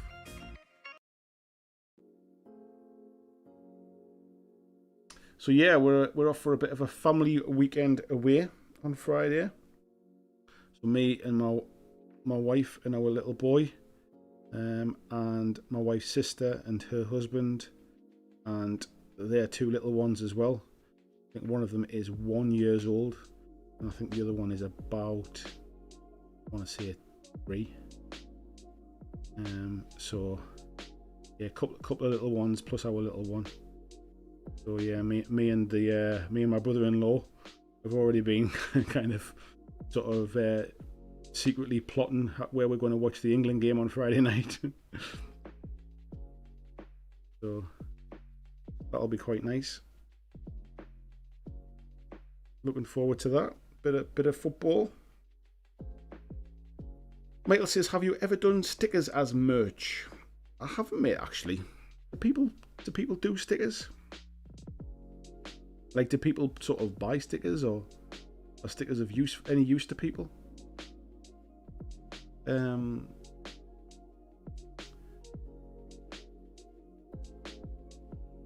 Peter says the most frivolous one I have is Top Gun from the film.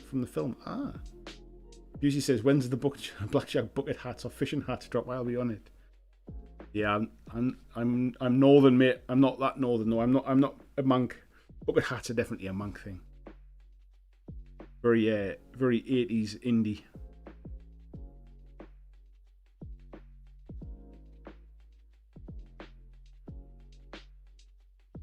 We might do the flat caps instead. Right, put that down there. Busy saying caps don't offer enough protection for me when I work in the sun, unfortunately. You're in the wrong place, mate. That's what it is. You need to move somewhere where caps are perfect. TC Brain Drink says, awesome, glad to hear you're getting on vacation. It's not going to be quite as fun as it sounds, mate. I mean, we are literally going to we're going to Butlins in the UK, which is just like a holiday kind of camp type sort of family holiday place, and it's not exactly my idea of fun, but my little one absolutely loves it. So yeah, he'd been saying, can we go back? And I've been sort of secretly saying to my wife, I ain't going back there again. Like, it's a bit dull for me, like for me and her. However, he loves it, and if he's enjoying it, then it's a nice break for us as well. Yeah. So it's going to be kind of probably full of everybody else's kids. It's probably going to be a bit of a noisy weekend, not very relaxing, but it's still nice to spend some time with the family. And it's nice to see my brother-in-law as well, and my sister-in-law.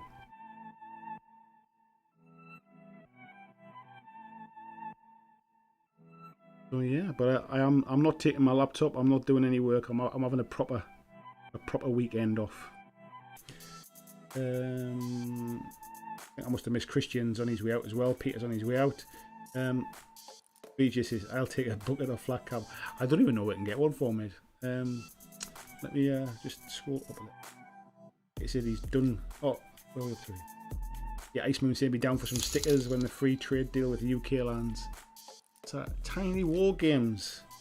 Thank you very much, Tiny War Games. It's happy hobby time, everyone. Thank you very much for the donation, mate. I hope you're doing well as well. Peter says he's done with the straps and the buttons for today. He's off for the night.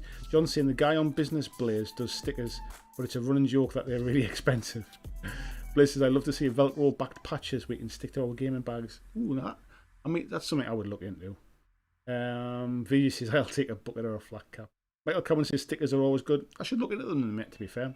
Andrew saying work or oil field, loads of new wells and activity. Roads between Texas and Carlsbad, where the caverns are, have the most fatalities per capita in the world. Wow. Deep Red saying bite a Peter. Rob Fanelson saying dice trays with the logo in it would be cool as well. It's just, to be honest, I mean, there's loads of options of things. What tends to be the problem is whenever I spend any time doing stuff like that, like researching them, uploading designs and stuff, it's time I'm not spending like making content, which I'm already kind of behind on. So I end up sort of like trying to do everything at once, really. But yeah, I'll look into it. If folks want it, I'll certainly I'll try and get around to it and have a look. Yeah, Tiny War Games, thank you very much, mate. I hope you're doing well. Tasty Brain Drain saying dice trays would be cool. Pale Blue says, yeah, hype thanks you to Tiny War Gaming. Peter says, I'd go for a dice tray for sure, or a tray even. I'll have a look and see what we can come up with. See where makes them, and see, because like a lot of places they do merch, but I feel embarrassed even attempting to sell them the prices, because I think, like, would I pay that for them? No, I wouldn't. So therefore I feel a bit embarrassed even there, even doing it. Rose says, make a dice tray, says I should be making content. Yeah, I'll get that on a dice tray. I should be making content, but instead you got this dice tray. Sounds cool. I tell you what, it's all the little things that you don't think about at swallow up time. Like sort of receipts and tax handling and all that kind of stuff, and making sure I've got money coming in for next month's bills. Susie says, BlackJack STL files, I'll buy those. Again, mate, it means I've got to start designing stuff. Because I was going to start selling sort of like resin bases and stuff like that, and I bought a file which I've got the commercial rights to as well, so I can print them off and sell them. But to be honest, it's like I'm just spreading myself too thin. I need to be making more content as it is, without sort of putting myself in too many directions. It's all well and good, like sort of saying, oh, like buy my t-shirts, buy my STLs, buy this, buy that, and it's all making money. But the problem is then all those folks that are supporting me through Patreon are like, oh, in a second, like, what am I, chopped liver? So I do need to kind of get back on the wagon. And like I say, a bit of a creative void at the moment. Definitely need a bit of a break. Kind of a bit of a refresh, I think. But yes, right, beer, that's what I need, beer. Nice close up of the tattoos there while I'm drinking beer, thank you very much. Deep Red said, I tend to use a box lid as a dice tray, so a sticker would be ideal to place in the lid. Let me look into it and see how much they're gonna cost. Because like John Estel was saying before, I've seen like things where people like sell stickers and stuff, and it's like, how much for a sticker? Might like buy all the things.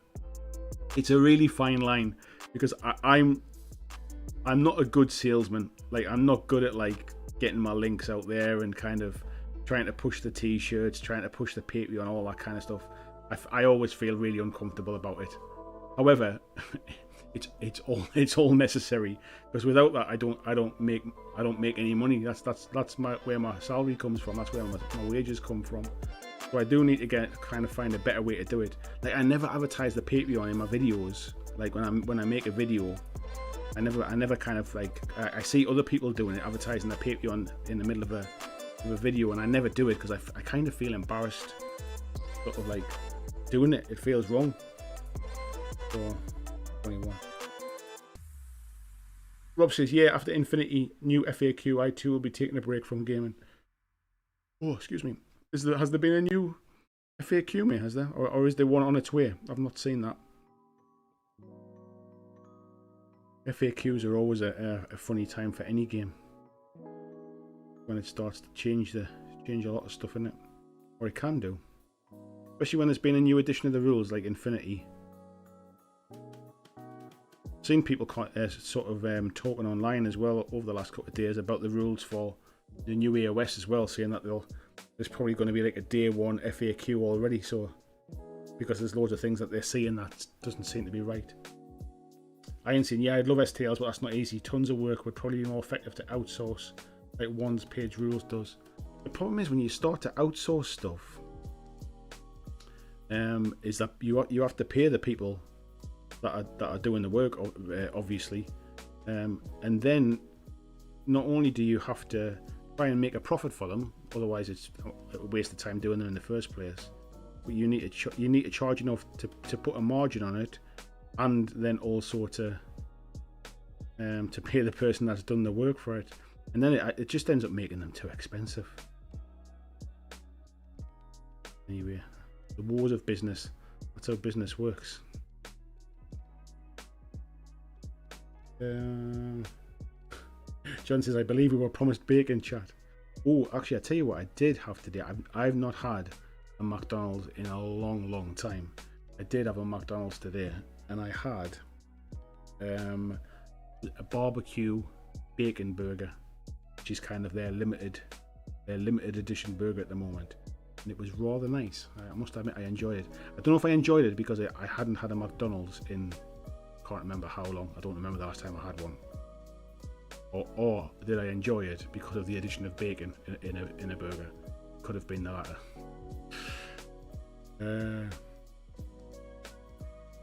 Michael says, don't feel embarrassed. You're providing great content that people are willing to pay for. Purely something to shout from the rooftops. Yeah, but it all comes back to that kind of imposter syndrome before, as I was talking about before, mate. And I think a lot, like, people still see it as kind of like, I think they call it e-begging, that kind of stuff. So I'm always a bit wary of it. I don't want to kind of overload people. I don't want them to feel that every time, oh bloody hell, he's on the screen again, he'll be asking about Patreon in 5 minutes. I don't want it to come across like that. I already feel bad as it is, but I do appreciate it's a necessary evil. So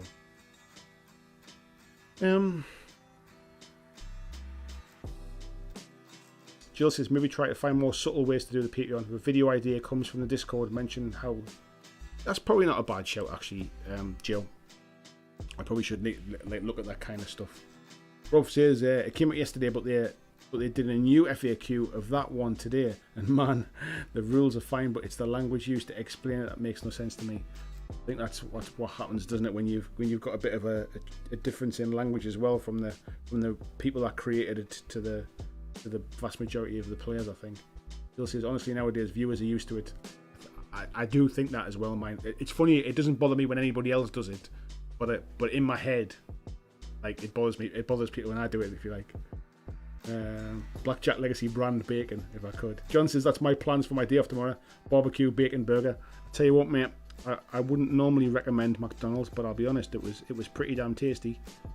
And it's been a long time since I had a burger from there. So my little boy gets one now and again as a bit of a treat. Yeah, I must admit, I can't remember the last time I had one. But maybe I'm just maybe I enjoyed it because it had been a while. But yeah, the addition of bacon was not a bad thing.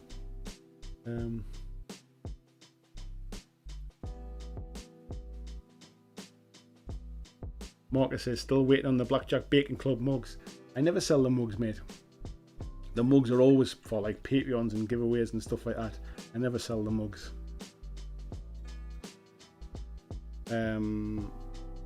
Busey saying, McDonald's sausage and egg McMuffin is my favourite. God, I don't think I've ever. Well, I probably have had one, but I can't remember the last time I had a breakfast muffin from there. VJ says, McDonald's, you ate the store with bacon. No, it's when I say I had a McDonald's, it's like I had a McDonald's burger. Like, that's just what we call it. Fancy a McDonald's? Like, do you fancy a takeaway? Do you fancy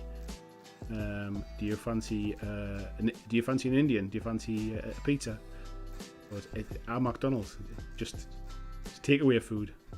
Like, if I was going to a restaurant, I wouldn't say, do you fancy a restaurant food? I'd say, do you fancy going or eating out? But when it's kind of like takeaway or fast food, like a pizza, a burger.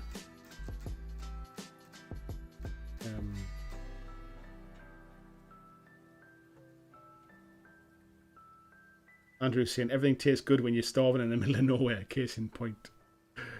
Chef Boyardee ravioli. Rob says also about your Patreon, man, it's your livelihood. You got to do what it takes to get you need to. I get the doubt, but you got to eat. There is that, mate. I know, but it's. I think what it is, it's I'm at a fine balance where I'm making enough to kind of keep the wolf from the door, if you like, to mean that I can keep doing this full time. However, it's not quite enough for me to kind of be comfortable with the level of income, so that if one month I lose a few Patreons, then it makes a difference, if you like. Do you know what I mean? I'd like to be a bit more clear. Like, I'd like to be making a few more quid so I can kind of put it to one side and save for the months that I make a bit less. So I think that's where I am. So I think I'm just... The best thing I can do, if I'm perfectly honest, and this is why I'm honest about it with myself as well, just make more content and make better content. And then hopefully that is enough to kind of to bring people on board through their own steam as well. So that's where I need to focus my attentions. Make more content, make better content, and then everything else will kind of come on its own. Is the theory. Right, where's we up to? VJ said I don't mind Matty's. Obviously, I get their drive-through coffee pretty often though. I'm not a fan of Matty's coffee, mate. I'm not a big fan of their coffee, I'll be honest. I would literally probably drive to any other coffee shop than McDonald's. I don't know if it's different here to where you are, but I can be a bit of a coffee snob at times, but I'm not a big fan of McDonald's coffees.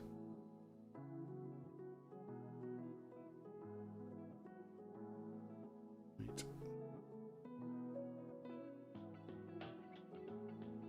I'd probably rate, well, there's a local coffee shop which I probably rate as my favourite coffee. A place called Woods. Plug for Woods there, not sponsored. Wish I was, would save me a fortune. Yeah, that's probably my favourite coffee. But like kind of like main brand stuff, I'd probably go Starbucks. That's probably would probably be my choice. But yeah, I'm not a huge fan of McDonald's coffee.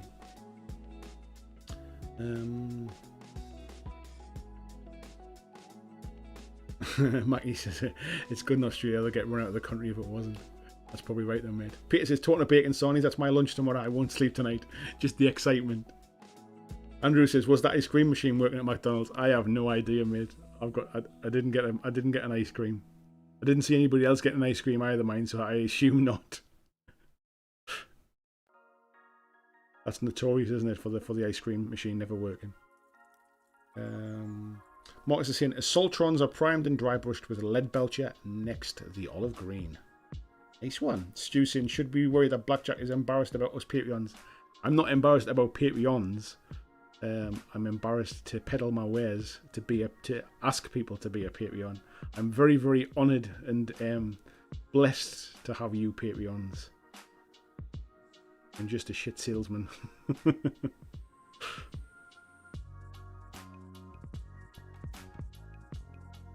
Right, stop. Obviously, still got the backs of these to do as well, but that's a job for another day.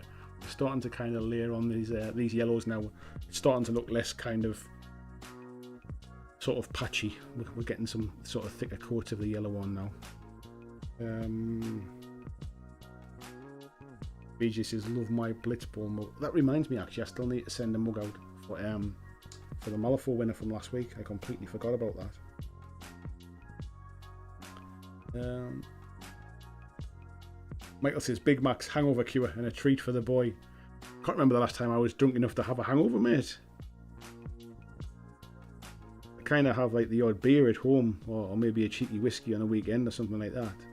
But can't remember the last time I was actually drunk enough to be hungover and decide to get a McDonald's. But I know what you mean. It's definitely that kind of sort of I feel too ill to cook kind of food. So yeah, be nice to have a hangover one day. Been a long time since I've had a hangover.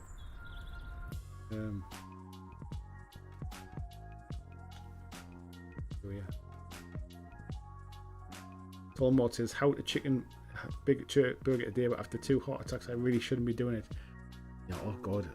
I don't have had a chicken burger from there. I might have done it at some point in my life, I think. Had a chicken burger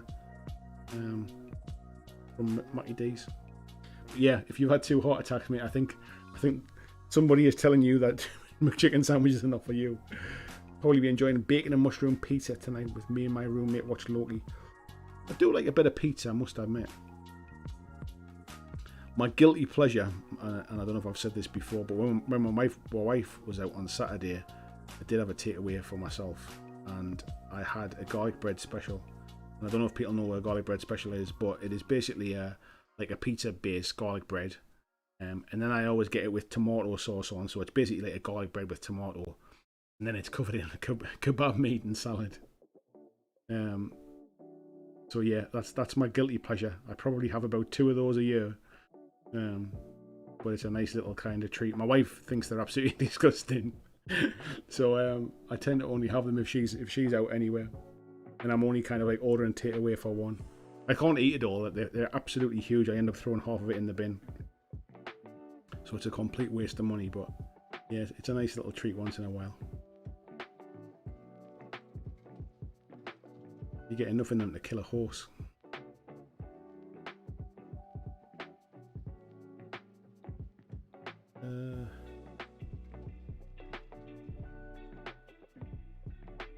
John saying, the look on my son's face when we're getting happy meals and they said they're not doing fish fingers yet. Andrew says, why do they call it the International House of Pancakes if they're going to frown when I eat the walls? We don't have IHOP in the UK. I've said this before in the streams. I do love a bit of bacon on waffles with maple syrup when I have my US visits. I do enjoy that. Martin's saying, honestly, the only thing I eat is the fries and sometimes the nuggets and the hash browns. If I want a good burger, there are 100 other places. There are 100 other places for good burgers. The problem is, and certainly here in the UK, is convenience. Like they are everywhere. McDonald's. Like there's a place in my local city centre called Stack Burger, and they do absolutely amazing burgers. But then it's in the city centre. I have to drive into the city centre. There's like a McDonald's like 5 minutes from my front door, and that's why I still don't eat them. That's why I tend not to. I'd rather just put one on the barbecue and do one myself if that was the case. Busey says, remember when lockdown first started and those queues at McDonald's before they closed? Yeah, honestly, it's like people thought they were going to kind of like die if they don't get a McDonald's. I do remember that. Pale Blue says, what will your next project after Armada? More Armada or something else? I'm already in the middle of about 10 projects, mate. I've still got Wild West Exodus stuff to do. I've still got more Malifaux stuff to paint. I've got some Kings of War stuff I want to get on with. I've got some Infinity stuff I want to get on with. Yeah, it's never ending really. I've got stuff I should finish as opposed to jumping in and around. I've still got loads of Armada stuff as well, to be fair. You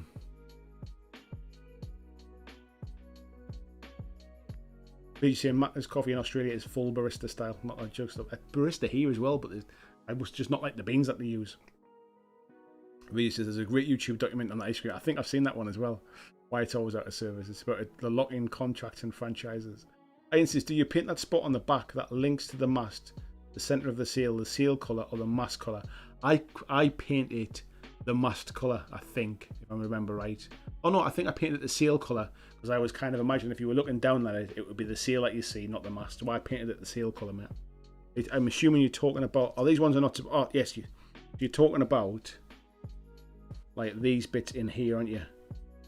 I think I painted in the sail colour because obviously otherwise it would make the mast look a bit weird. It would make the mast look too thick. So, Yoakum says bacon towel for 5-year periods in a whiskey glass for 10 years. Sounds like a lot, bro. I'll stay for at least 5 years now. I'll stay for 10. If you're a Patreon for 10 years, mate, I will come and make you bacon sandwiches. I will fly to Sweden and make you a bacon sandwich. Michael says, yeah, it doesn't happen often now.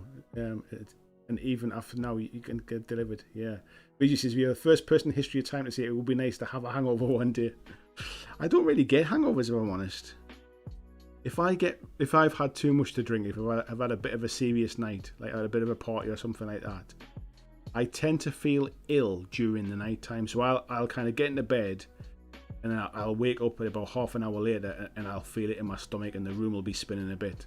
And it'll be like, oh, yeah, I'm gonna have to visit the bathroom here, like, and I'll probably kind of go to the bathroom and vomit. But then I'm fine the next day. I don't really wake up with a hangover. So it's been a long time since I've had a proper, like, wake up the next day and went, oh, yeah. So I think what tends to happen is I think my body rejects it in the middle of the night and gets the worst of it out. So yeah, that's generally what happens if I've had a bit of a skinful. But yeah, obviously with lockdown and stuff, it's not really happened for a long time. And even now you can go out. To be honest, the service in a lot of places at the minute has been so poor. And it's not the place's fault, to be fair. It's new staff, all that kind of stuff, and restrictions and changing how they operate and things. But it's been hard to get served fast enough to get drunk, to be honest. Rob says the UK has barbecue bacon burgers at McDonald's. Yeah, it's a new thing, mate. In fact, I wonder if I can show you it on my phone. I even got an email from them. I was sitting in the drive-through queue going through, and I was checking something on my phone while I was waiting, and then an email came through from McDonald's about this burger. Let me see if I can find the email. There we go, folks. Yeah, barbecue bacon stack burger. Bit of advertising for McDonald's. If you want to sponsor me, feel free. So yeah, that's it. It was pretty nice, if I'm honest. It was pretty nice.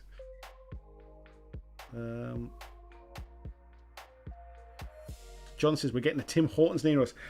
The old Canadian one, mate. I've heard a lot about Tim Hortons coffee, but I must admit I've never had one to say whether it was any good or not. Vijay says, when I'm in the US, I love fried chicken and waffles. Also makes me glad I don't live in the US. I don't think I've ever had fried chicken and waffles, mate. But I must admit, I do like a nice breakfast. Ian says, can't eat McDonald's after getting partially liquid chicken nuggets as a kid. Oh, God. Yeah, Marcus is saying, I know McDonald's are everywhere. There are 3 within a mile in all but one direction. Wow. Andrew says, does the UK have Waffle House? No, not that I'm aware of, mate. Like, waffles don't seem to be a big thing over here. Waffles are a very American thing, as far as I can tell. I mean, they might be kind of like in Australia and other countries and stuff. But certainly, as far as like, if you said to me, if you think of waffles, where do you think of them? And it's definitely kind of like waffles here.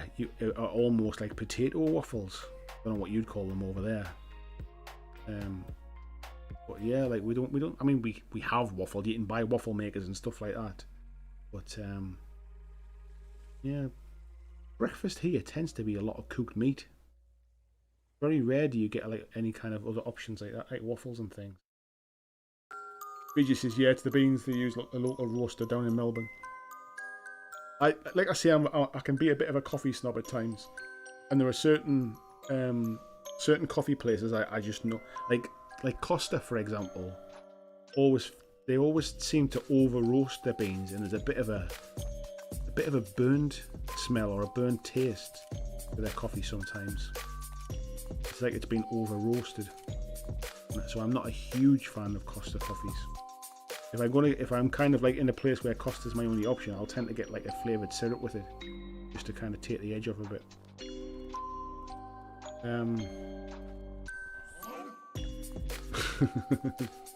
Andrew says, if you don't have a Waffle House, where do you go drunk at 3 AM for food? You go to the kebab shop, mate. You go for kebab or pizza or cheesy chips. I can't even think about eating waffles. Sound like a breakfast thing to me. I couldn't imagine eating them at like 3 o'clock in the morning.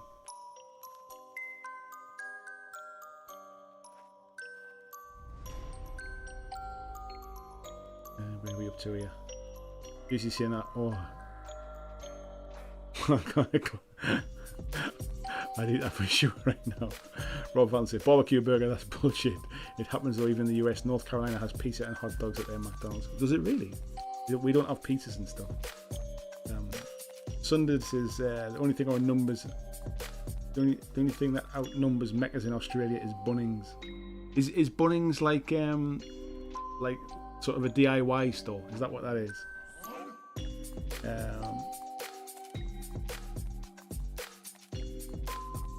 BG says the only Carl's Jr. I know of in Australia is at Brisbane Airport. We're getting into, you know, somebody. Belgium.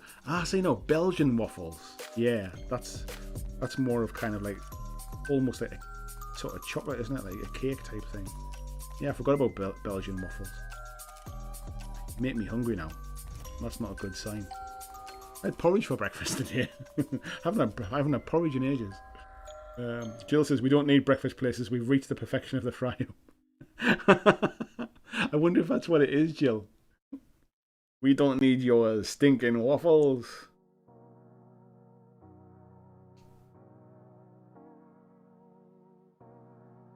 Some places go too far, though, and they put chips on breakfasts. Don't know what that's about. You'd never have chips on the breakfast. I mean chips on a fried breakfast, like a full English, unless you're in Scotland, then they call it a traditional breakfast. They're not going to call it an English breakfast in Scotland, that's for sure.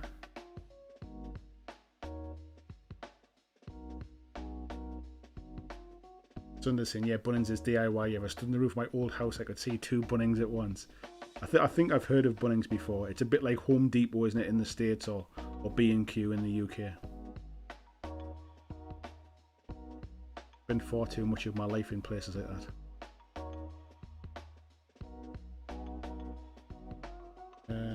Jill says, you've not got potato scones in England though, right? Potato scones. I feel like I've heard of them. We've got like hash browns, I suppose. But no, I don't think we've got potato scones.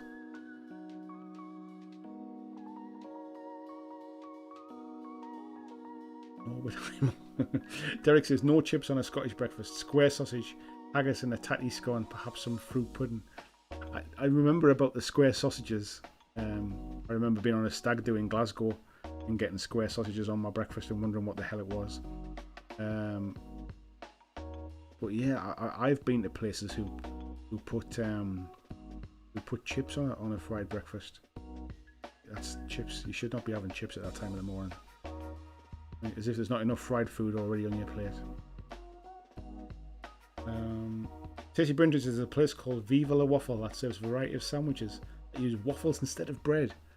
There's a few places that have started recently or over a period of time using donuts instead of bread for burgers. There was a pub near me used to do them. That feels like a heart attack waiting to happen.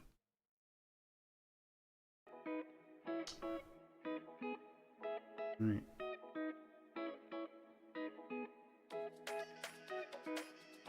Yeah. If you're going to die or something, I think a burger in a donut is probably one of the things that you would. Right. I need to leave that because I feel like I'm just wiping paint off it now.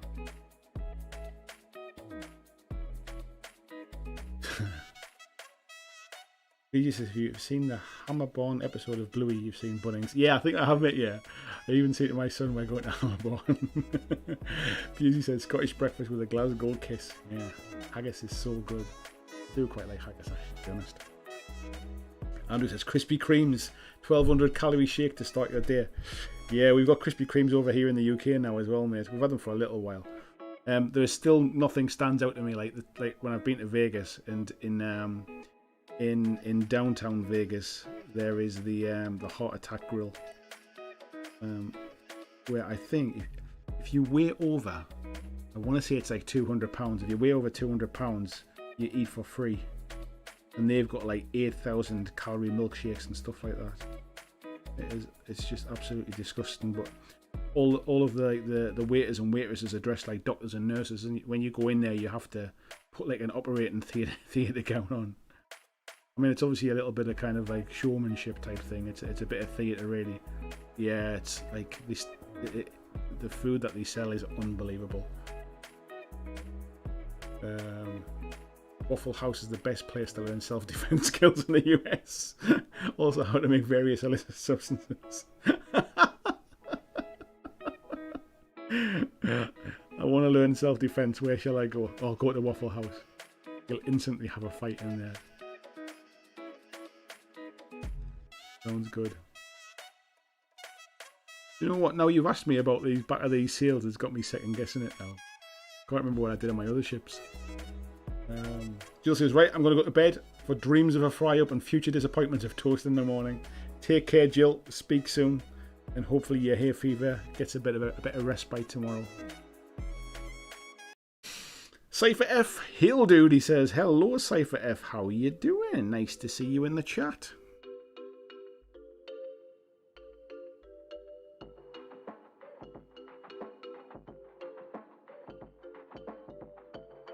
Andrew says, sometimes the W is out and Waffle House reveals it's awful house.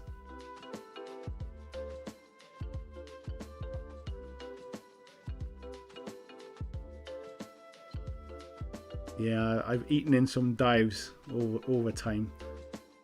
It's weird. I probably wouldn't do it at home. Like if I saw a place that looked a bit sketchy at home, I'd be like, I'm not eating there. But take me away on holiday. I've eaten in some proper holes. And it's not even like about saving money. It's just a case of like, oh, this'll do. I've got far too much things I want to do on holiday rather than spend time sort of looking for somewhere better to eat. This'll do. I just need to get some food inside me so I can move on and do something else. Yeah, I've eaten in some rough places. Cypher F says, just joined, please show the figure. So, I'm busy painting the sails at the moment for this ship here. So, as you can see, that's going to go up on the back of the ship there. We're going to be painting the symbols purple on it. Yeah, that's what we've been painting this evening. This is the Ripper Hulk for Kings of War Armada.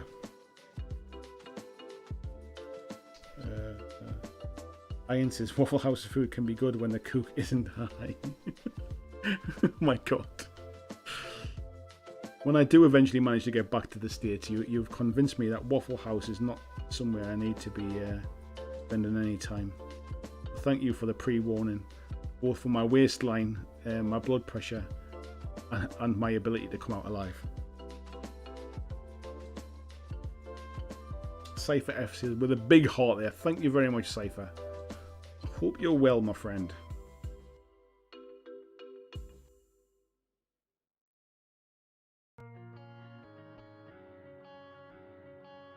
Right, I think what I'll do is, how we're doing for time. Yeah, it's about 20 to 11, so I think what I'm going to do is I'm going to finish this sail. And I think I'm going to probably flick over to the main camera. We'll sit and have a bit of a chat for a little while I finish off my beer. And then I think we'll call it a night after that. So,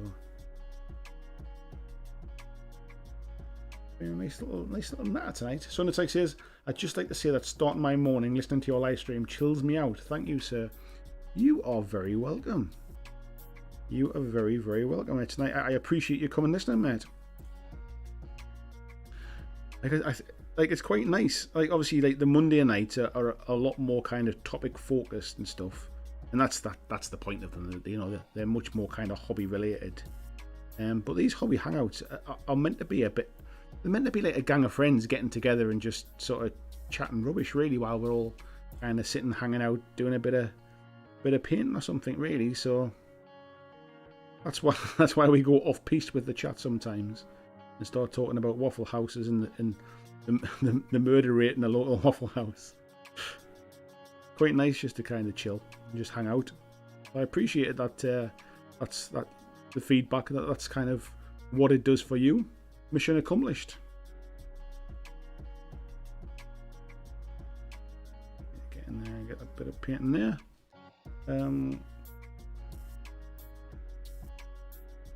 Peter says, Andy really is a chill guy. I haven't always been in my life, mate. I've been sort of, I think it comes with older age, mate. Life's too short. So I'm kind of much more laid back than I used to be many years ago. Yeah. Not too old to get hot and bothered about stuff. You've got to be laid back, mate, haven't you? You've got to be chilled. Sometimes you need to kind of get stuff done, and sometimes you just need to let stuff happen.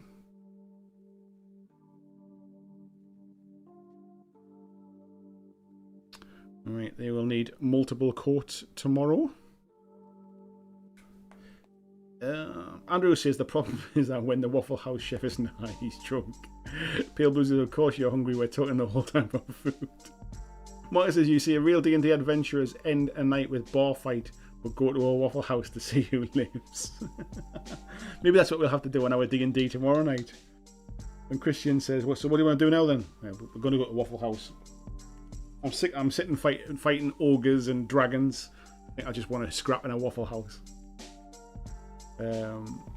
Peter says the live streams aren't just part of my hobby but an essential part. Well, thanks, sir. You are very welcome, mate. That's very, very kind of you to say so. Get on here. You don't need to see me clean my brushes out.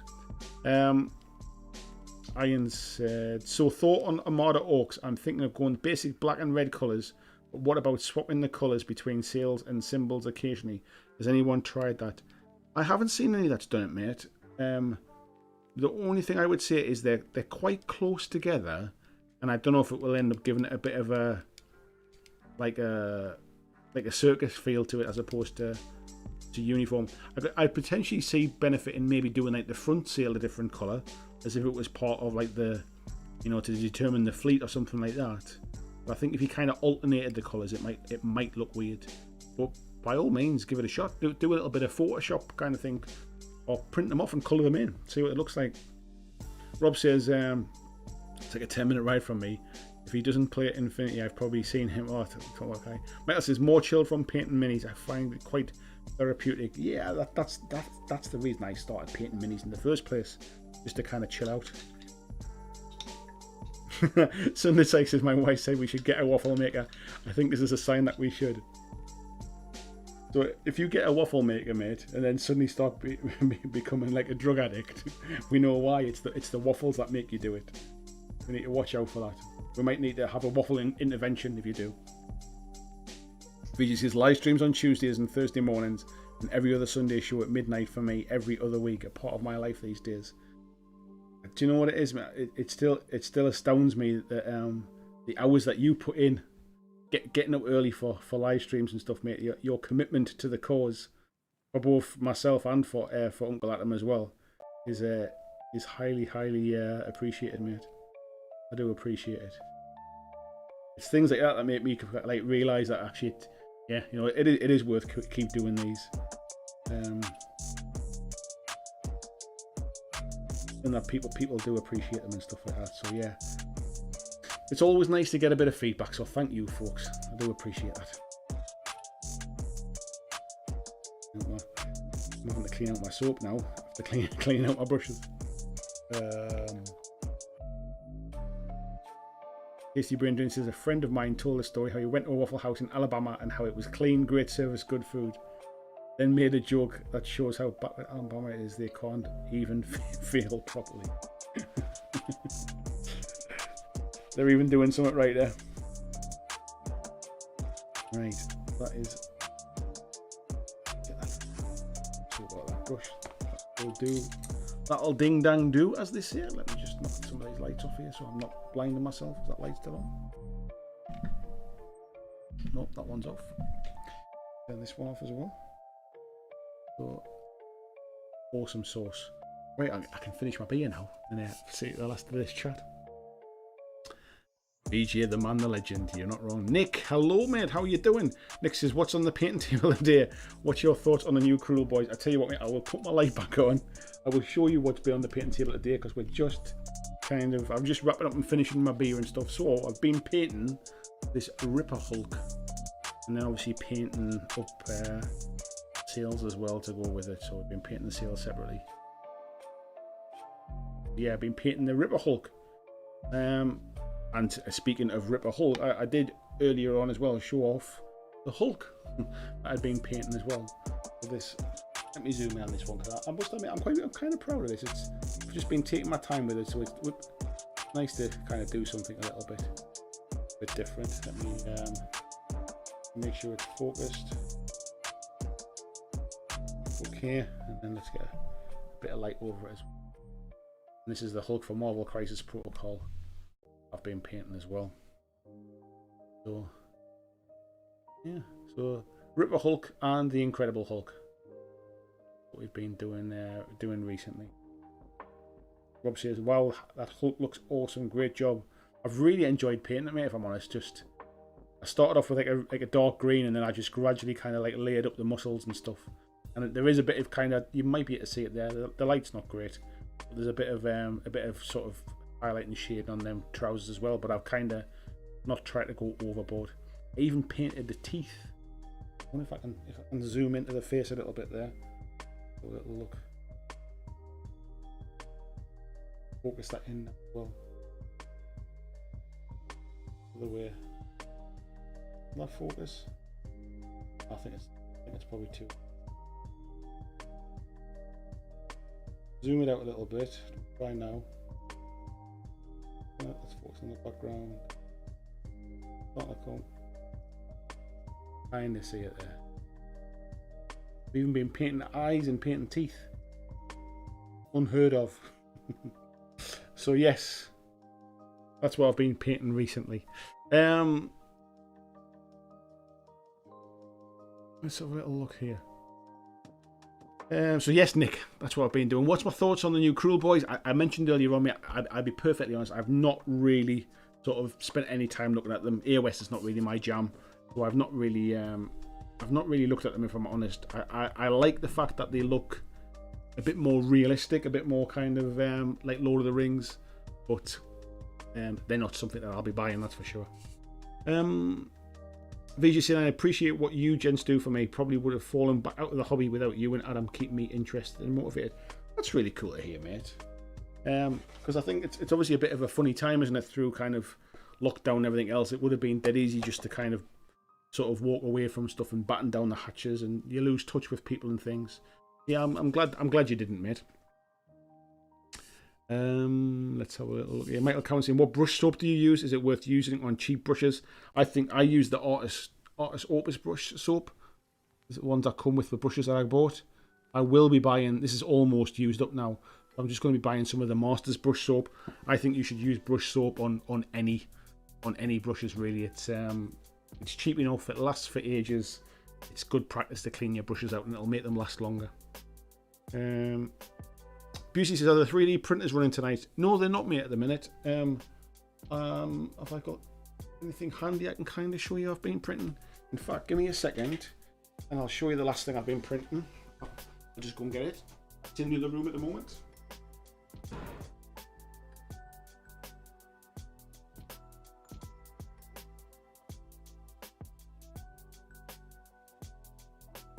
Or this is what I've been printing recently. Let me put these down so I don't drop them.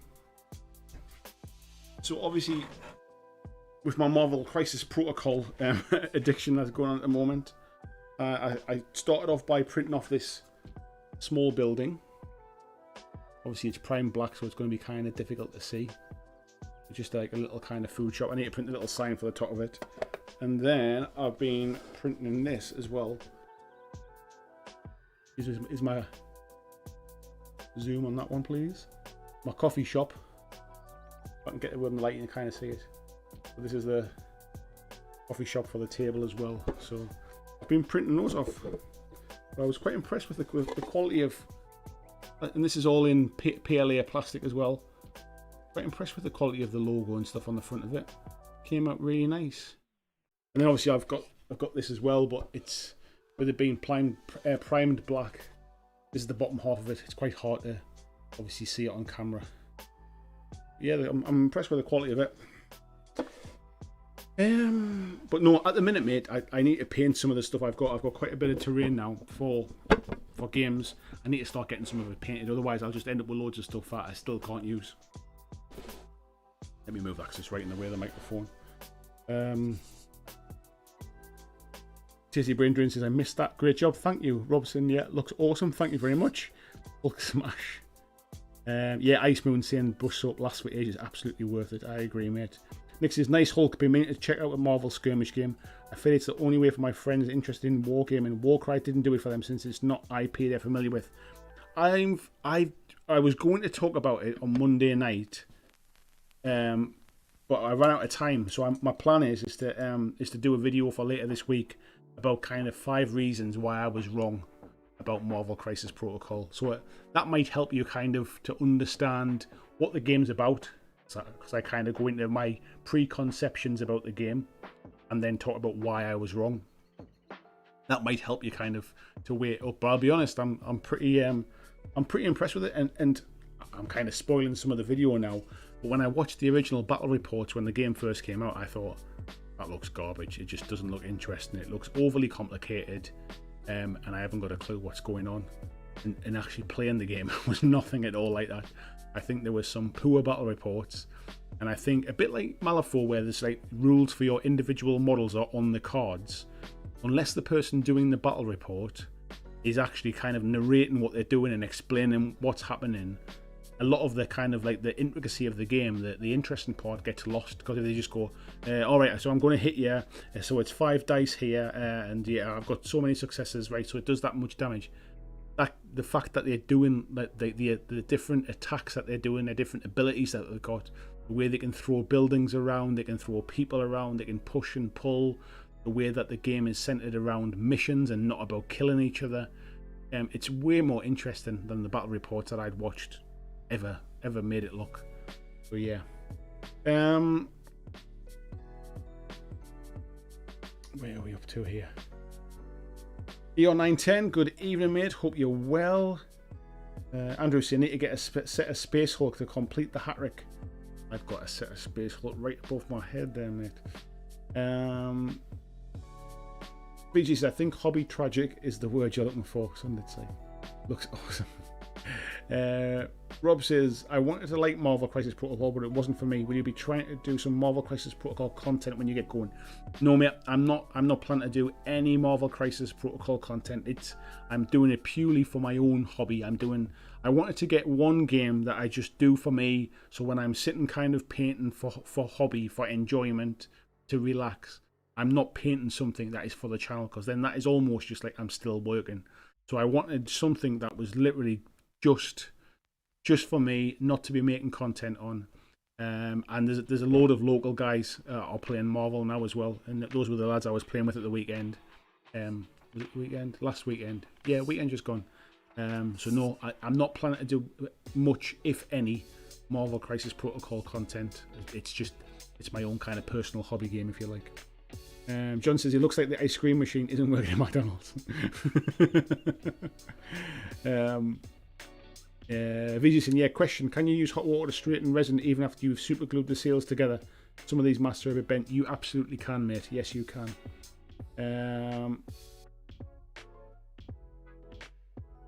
VG says, then again, they are orcs, so straight master probably just wrong. I thought about that as well when I was doing it, mate, to be fair. Andrew says, 27 watching, 38 likes. Yeah, but the numbers we've got, I think on my screen it says 45 likes. You must have given them a nudge, mate. Yeah, I'd say 46 likes now. Nick, I see you've mastered your 3D printer. To be honest, mate, all I've done is kind of keep it clean and just keep the settings, not keep moving stuff. Ian says, that's a neat building. Is that resin or PLA? It's all PLA, mate. The stuff I showed you, this one and the other one, is all PLA, mate. Ian says, PLA never works for me. Thinking about larger resin printer, I think it's too humid here for PLA. I'll be honest, I don't know whether it's just pure good fortune or what, but I've never had any real issues. I had one problem with PLA, and it stopped sticking to the bed properly when it was doing its first layer, and I just give it a really good clean down with isopropyl alcohol, put a bit of a coating of hairspray on the bed to give it a little bit of stick. It's been working absolutely glorious since then. Nick says, what's the entry cost for Crisis Protocol, or will that come into play in the video on Monday? To be honest, mate, the entry cost, grab this. So this box is the core set. and the list price for the core set in the UK I think is £100, which sounds really expensive. However, if you look online, I think I paid £67 for this one, brand new from a store, all shrink wrapped and everything. So it wasn't like it was kind of second hand or anything. But I think the thing that gets missed when you look at the back of the box, you can kind of see that you get all those miniatures in there. But what you also get is all of that terrain as well. So you get that building, you get 2 of those sort of rubbish dumps, you get 4, or you get 2 street lamps, you get 2 sort of like kind of crosswalk lights, you get those 2 cars in the foreground as well, you get like a little rubbish bin. So it doesn't like when you see that picture and you see the models in the corner there, it doesn't look like you get a terrain, but you do. So actually it's not bad value actually, and if you can get it like with a bit of discount online somewhere or a local store, I think it's pretty good value. The expansions, on the other hand, are not that cheap, but then again, you don't need many. So the way the game works is you have a roster of 10 models, and the game's got like a variable points limit depending upon what mission you're playing. So what you do is you have a roster of 10, and then when you know what mission you're playing, you choose the models to kind of match the points limit. You're probably only playing with like 6 models. So for all you can buy lots of different expansions. You just want to get started. To be honest, there's enough in the starter box to just play. For 2 people, to be fair, there's enough for 2 people to play games. But if you want to buy the starter box and then go and play other people, there's enough in the starter box for your roster of 10. Sunday Slice says, one of my friends got an epic encounter for D&D for my birthday. It's got a massive ice giant in. I've not painted something that big. Any tips on where to start would be awesome. Airbrush is always a good start, mate. If you haven't got an airbrush, think about kind of zenithal priming it with spray cans. Try priming it black with and then spray from above with like a white or a light grey, and try kind of like stippling instead of dry brushing it.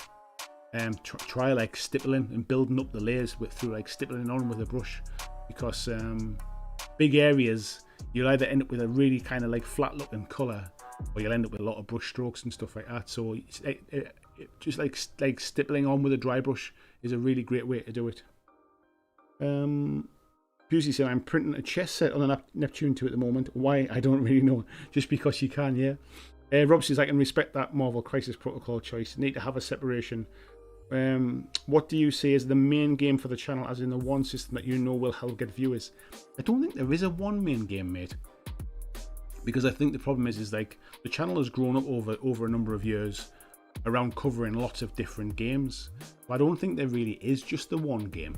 And I think that's what makes it a bit more difficult. I don't really want the channel to turn into a one game channel, really. So I'm not really sure, if I'm honest, mate. I'm not. It needs to be something I'm really enjoying, and obviously there's a number of games that I do enjoy. But yeah, I think it. I don't think I've really figured that out yet.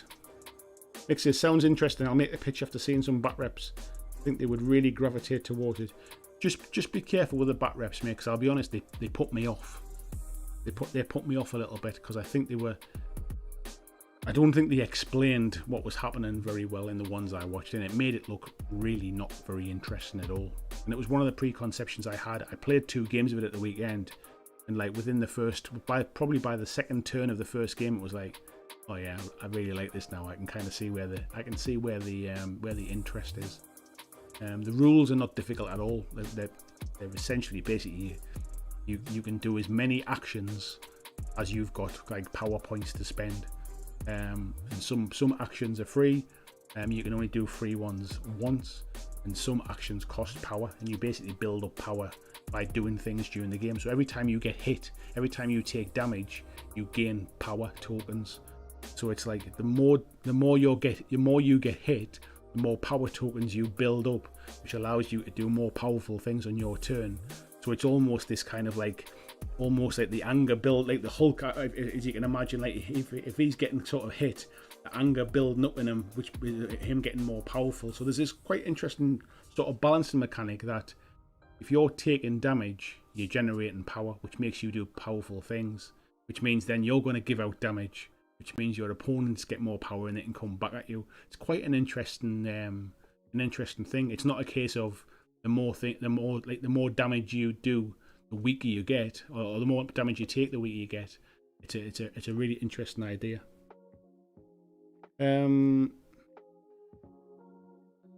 Sundertike says, thanks for the tips, never tried stippling. Yeah, it's a really nice way to build up layers. It's a bit like dry brushing, but without that kind of chalky finish. Nick says, well, better yet, I'll will your 5 reasons you're wrong about the video. I should have this done tomorrow, mate, I think. Because I'm away on Friday, so I have to get it done tomorrow. Sundertike says, back reps are hard to do right and hard to enjoy. Yeah, I think the trick is to put a lot of effort into the presentation of them, but what tends to happen is if it's not 40k, you don't get enough viewers to almost to warrant the amount of time it takes to kind of put that much effort in it. Like I think what Anna does with Red Rose Wargaming, she really does put some effort into editing those videos. But it's unfortunately, I think anything that's not 40k doesn't get the attention it deserves, and therefore it's like it's a fine balancing act. I think it's why you either see poor back reps in general, or you see very few of them for certain games. Ian says that sounds a lot like Anima Tactics. I've not heard of Anima Tactics, mate. It's got an element of there's definitely, you can feel the influence from War Machine and Hordes as well, with the kind of the handing out, like leeching back fury and handing out focus and stuff. You can definitely feel the influence from that one as well. Excuse me. Anyway, we've just hit 11 o'clock there. I think that's as good a time as any to call it a night. Dave Mackay preempting that there, saying good night all. Thank you everyone that's been in tonight. I really appreciate the chat tonight. Thank you as well to the folks that have donated. It was very nice. And much appreciated. And yeah, like I say, I'm away this weekend, but there should be a video up tomorrow and hopefully Friday as well, if I can get the other one edited in time tomorrow. Like I say, I've got loads to do tomorrow, so if I can get them done in time. If not, there should definitely be one. And I'll see you on Monday night, because I'm back Monday afternoon. See you on Monday night for Monday's live stream. So take care, folks, and I'll see you then. Thanks for watching my video. I hope that you really enjoyed it. And if you did, why not consider clicking on the suggested video below to see more of the work that I've done. If you'd like to support the long-term sustainability of this channel, why not consider checking out my Patreon, where you can pledge and support from as little as $2 a month. And there is lots of different tiers and bonuses, which will give you access to a private Discord server. It will give you free t-shirts, free mugs, a podcast every month, and a number of other things, including getting your name at the end of every video, like these awesome folks who already support me now.